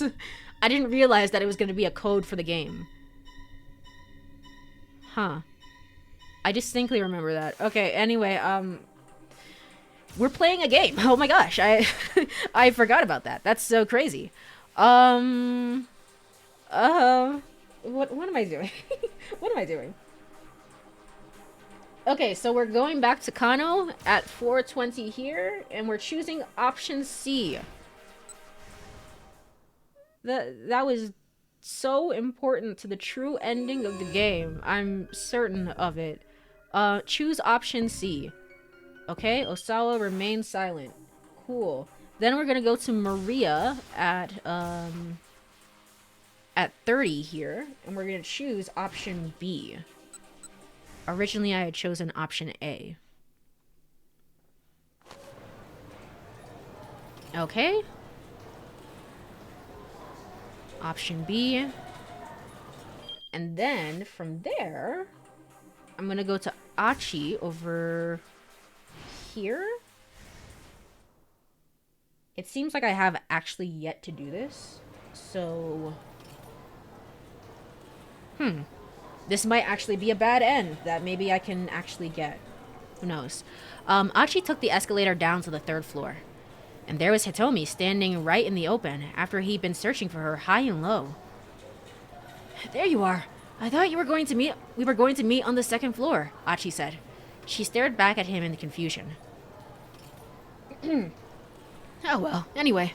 Come on, we have to go hide. Hide? Why? She gave him a dubious look. Achi felt like something was off, but now wasn't the time to dwell on it. Because those guys might have found us, he said. They're outside. He took hold of Hitomi's hand. Hey, let go! What gives? She quickly yanked her hand away. Huh? Achi tried to make sense of the way she was acting. She took off down the corridor. Hey, Hitomi! He hurried after her. It was like changing her clothes had also changed her personality. Still, he couldn't just leave her alone. The kidnappers might well be closing in. He stayed in pursuit of her, trying not to draw too much attention. He headed in the direction Hitomi had gone and came to a stairwell. What the hell is going on? Had she gone up or down? Achi frowned in consternation. Hey, stop right there! He heard shouting coming from down below. Then came the sound of footsteps rushing up the stairs. Hitomi? Was someone chasing her? Achi bolted down the stairs before he could mull over it too much. Oh, it's just you, Toyama. Okay, so maybe this is part 2 of that story. Down on the landing, he ran into a man who was pale in the face. You gotta help me. The man went and cowered behind Achi. 2 thuggish-looking men came up the stairs after him. Hand him over, kid. Yeah, don't make us do nothing we both regret. 2 guys bullying some frail old man? Alright, we're gonna go get this bad... No. We're gonna go get the side story first, and then we're gonna finish this bad ending. So... ... Cool. There we go. There we go, it's part 2. Teruo Toyama. A man who survives on the battlefield, that is journalism. This story takes place right after the founding of Heaven Publishing. In a certain high-class residential neighborhood in Tokyo, Toyama hid in the shadow of a telephone pole, an infrared camera in his hand. He eyed the entrance of the upscale Japanese restaurant across the street through the viewfinder. I'm so sleepy. How many days had it been now? How much time and money had he spent in getting this far? And how little did he have to show for it? He felt a pit of emptiness and despondency open up inside him. But he couldn't give up now. This was his one good lead he had to go on. Toyama had been closing in on a big scoop. There were still persistent rumors about a member of the reigning political party involved somehow with the head of the Shiramine-gumi Yakuza syndicate. If the stories turned out to be true, it could lead to a major upheaval in the government. A party that had held power for quite some time would probably fall from grace in dramatic fashion. The public wouldn't stand idly by. If it had become well known that people in the government were in bed with the Yakuza, this would be a national uproar with international repercussions. It's just everything in this game. Like, I'd say like a good 40% of it is just the Yakuza plot. It's just like a dragon. Japan's reputation on the world stage might as well become mud overnight. A scandal like that probably wasn't in the country's best interest. But the alternative was surely worse. The infection needed to be located quickly and then excised. And the only one who can expose that infection is me. Toyama's smoldering sense of purpose blazed up once again. But his target was doing a good job of not giving himself away. Toyama was certainly... Let me try that again. Toyama was certain that the Diet member and a high-ranked Yakuza used this restaurant for their meetings, but neither had shown himself since he'd started his stakeout. Let me check something, hold on, really quickly. Okay. Had word of his activities been leaked? No, that can't be. He'll definitely come back. Back here. Toyama was certain of it. But despite all his waiting, he hadn't had the slightest cause to click the shutter on his camera. What are you doing? A voice asked suddenly from behind him. Toyama whirled around to see a familiar face. It was a reporter who had written for a rival paper back when Toyama had worked for the Central Times. Are you on a stakeout? Sweat beaded along Toyama's back. The newcomer glanced cautiously to either side before leaning in to whisper into Toyama's ear. You waiting on the Yakuza boss and the Diet man? Toyama's eyes went wide. How did you know about that? This was supposed to be an exclusive scoop that nobody else had caught wind of. My colleagues and I know all about it. It's too big of a lead not to have heard of, but the top brass has forbidden anyone from looking into it. Toyama's heart sank. He'd worked so hard, come so far, and it doesn't even matter. No, all just to get his hands on some info that everyone else in the business already had. And not only did they have it, they'd already decided not to publish it because of the risks involved. I'm telling you this for your own good, Toyama. You need to drop this one. You must be joking. Do you think. Do you know what will happen if I just let this slide? Toyama wrote articles because he needed to put food on the table, but he was also motivated by a strong sense of justice. Journalism and justice go hand in hand. Come on, Zero. It doesn't even matter. Oh, man. I would love to do like karaoke one day. Now that I think about it, I'd love to do a karaoke stream, but just have it be like bad karaoke. you know? You'll need to cut that one though. I'm on the phone. No worries, no worries. Um, Come on, Zoyama. You're not just some upstart kid anymore. The man frowned like a disapproving schoolteacher. Toyama bristled. At least I'm not the one sacrificing the truth to protect the status quo. Blah, blah, blah, blah, blah, blah. Look, if you want to make fun of me, go right ahead. I've got 2 kids and a loan on the house I just bought. Toyama practically lunged at the other fellow. Damn it, man. Have you no sense of pride? Whoa, hey, hold on. Let me finish. The man pulled free of Toyama's grasp. I came to find you because I have a scoop for 4-star General Gossip. Huh? Toyama stared back at him in disbelief. I'm not allowed to write about this, but this business still has to go public, right? Wait, so you're... Yeah, I'm giving you the info I got. He and Toyama shared a conspiratorial look. There's a warehouse down by the docks you might want to check out. Toyama lurked near one corner of the dockyard warehouse. A lukewarm breeze wafted against his cheek.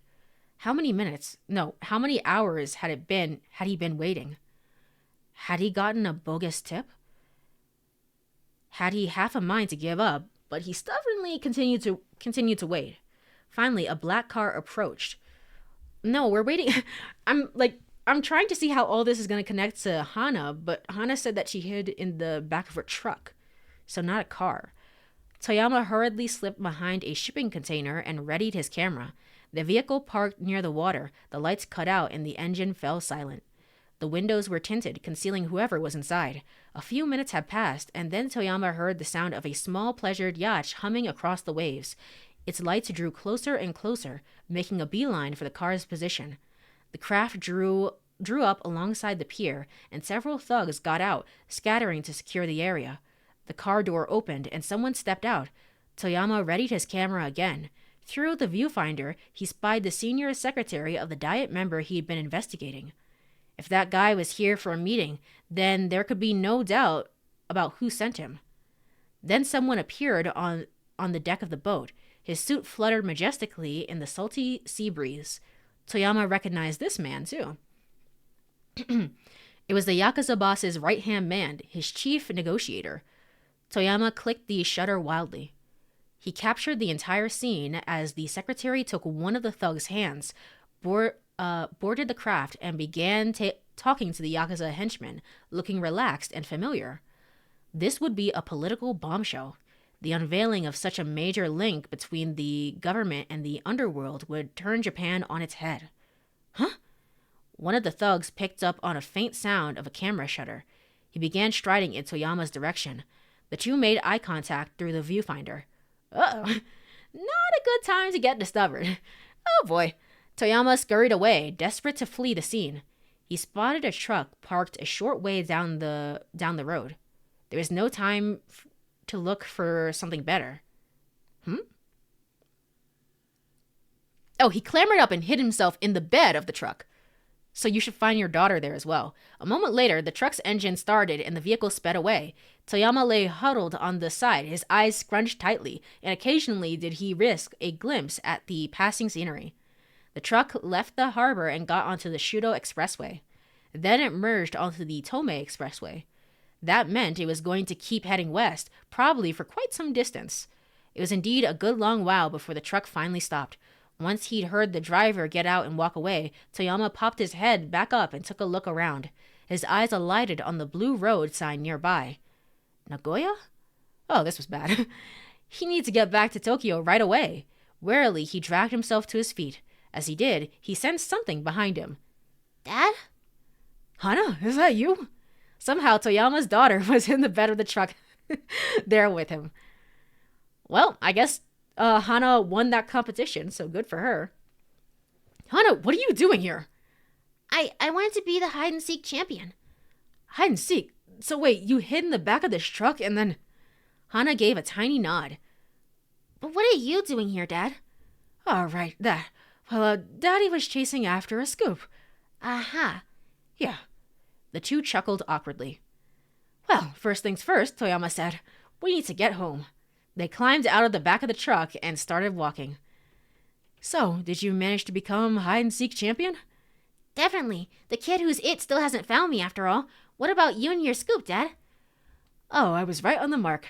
Sales for the next issue of 4-Star General Gossip are going to be through the roof. I guess that makes you champion too, Dad. I guess you're right. And as dawn broke over the streets of Nagoya, father and daughter walked amicably along, hand in hand. Aw. Aw, that was kind of sweet, actually. My thing is that did he ever publish the piece? He published it and he was still in a lot of debt. Okay. Alright, now let's finish this bad ending. Two guys bullying some frail old man? Achi huffed. And you want me to just turn a blind eye while that goes down? Yeah, that's not gonna happen. The younger fellow, one who looked like a small-time gangster, sneered. Oh, you're gonna want to turn a blind eye to this, little man. It's gonna get bloody. By the way, Achi asked, either of you see a girl around here? Super cute, about The gangster suddenly flew a jab right fist, and Achi dodged on reflex. Toyama, though, he's kind of boned. The punch wound up catching the man hiding behind him in the face instead. Oh, whoops. Achi realized his mistake a moment later. The man splayed out on the floor. Oh, my bad, Gramps. You okay? Achi hunkered down and slapped the man in the face. This is a goofy expression. He looks like he's really dead. Hey, come on, stay with me. It's no use. I'm done for. No cute girls. No, I'm not talking about that. Please look after Hana, Minori, Kawa. The man's muttering was all but incomprehensible. Hey, Achi said. This guy seriously needs to get to a hospital or he's in big trouble. You guys, go call an ambulance. He needs... And then I died. When Achi looked back, the guy with the sunglasses was standing over him, holding a fire extinguisher. Why wait for an ambulance when the fire department's already here? Nah, that's not the banger line that you think it is. I give that like a 5 out of 10, maybe. It's alright. The butt of the fire extinguisher came right down onto Achi's face. Ow. Got TKO'd. But I didn't call for the fire department. Why? Bad end. I didn't call for the fire department. What do I need to do to get out of this? Yeah, okay. Yeah. No worries then. Alright, and so we're a little bit over time, but we have the very last story for us to get to. And that is going to be, first off, I need to go to Maria at 14:30. Choose option A.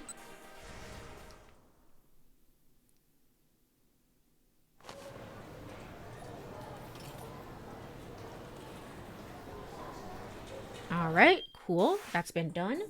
And then I need to go... What the... Hold on. What the fuck is this? Go to the character select screen and navigate to the Suzune scenario under bonus. What are you talking about? How do I... Oh, hold on. Let's go back to the title screen first of all. I don't know what's going on right now. Alright. Bonus content. New. Here? Or on the other way? No, I think they meant in the other section. Yeah, okay. You figure out the Suzune story thing? Apparently not. Not yet. But soon. Soon indeed. So what am I supposed to do? Go to the character select screen and navigate to the Suzune scenario under bonus. Where the frick is that? Yeah, this is it. Under bonus? What the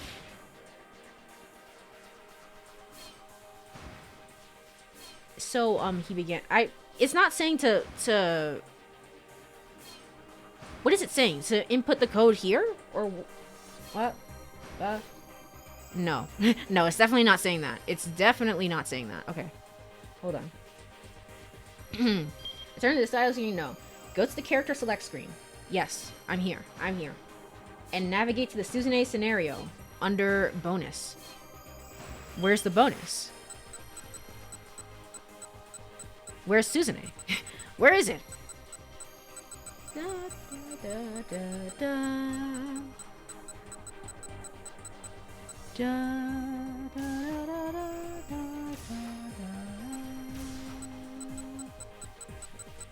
Who's one of the first people that I unlock?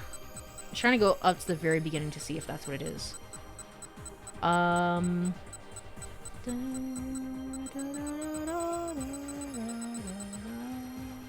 Okay. I thought it would be up here because technically speaking, I mean, that would make sense. Chronological wise, I guess, it would make sense. But go to the character select screen and navigate to the Suzune scenario under bonus.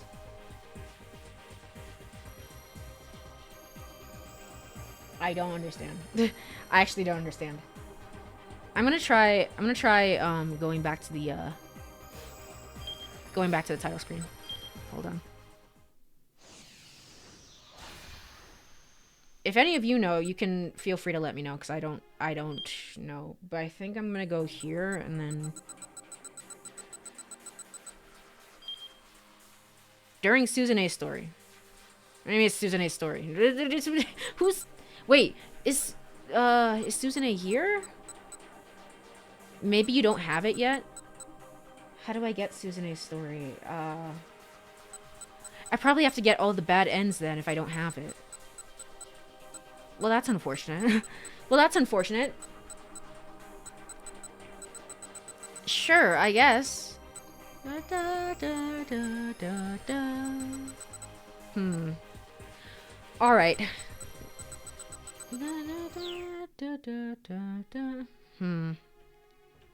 Alright, let me check something really quick. Let me load my game. And then, from there, we can start in here. It's fine. That's the wrong button. No. Okay, the bad ending list. This is the, okay, yes. I know, game. This is like the 8th time that you've told me. Okay, so this is where I can see all of the bad ends that I'm missing. I'm missing quite a few for Kano. Quite a few for Achi here. A few for Maria. Quite a bit for Minorikawa. Just so much for Osawa. Jack and Tatano have some as well. Okay. Oh, go to the character select and try pressing R1. Okay.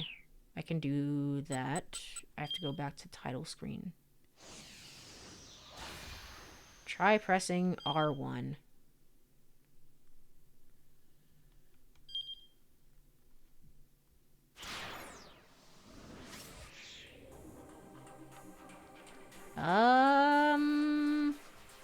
Well, you know, I tried. I certainly tried. Yeah, it's probably, whatever it is, it probably hasn't unlocked yet. I have to get all the bad ends first, and then I can finally finish all the side stories. Okay, well, that's certainly a choice. I don't know if I really agree with that, but that's certainly a choice. It is a special story. It's Suzune's story, so I guess it makes sense. Well, in that case, I think now is a good time to end the stream for today. I'm trying to decide what it is that I want to do, to be quite honest. I keep pressing the wrong button. Hold on. Bad end list. There are so many bad ends, and like I know some of them can be very, very funny, but I can't imagine that all of these are going to be so worthwhile that I'm going to be like, wow, I'm really glad that I went through all of this on the stream. So I think I know that it would be nice. It would be nice to see all of this on stream. I think I'm going to have to like play through at least half of these bad ends off stream, and get some of them so that for next time on Sunday, we can go through some other ones, and then we get the true end of the game, and then we also get this final bonus story. I will take note of any ones that I find really, really interesting, or like, hey, that was kind of funny. Maybe we can replay some of them on stream, but I really think that time-wise, I don't think I can play all of these on stream, even with the guide. So that's probably what we're gonna do for next time, is just like get some of these, finish off whatever I don't do, and then true end, and then whatever this Suzune story thing is. So yeah, let me go over to, I guess we'll go back to character select as well. All right, cool. Hopefully that's all right. I know, like some of these bad ends are not, they're not the craziest thing in the world. I don't know why it's necessary to get them for the true end of the game. Maybe it is. Maybe like somehow all these bad ends, I don't know, maybe somehow at the true end of the game we all get morphogenetic mind field powers in which we can all read each other's thoughts, and like this is why you need to get all those bad ends, because you need to see all the bad ends in order to know what not to do, because we're all actually zero skip characters. I don't know. Maybe. But even so, I think now is a good time to end stream for tonight, as I have more work to do and more deliveries to do. The grind never stops. So let me go ahead and look for somebody to raid.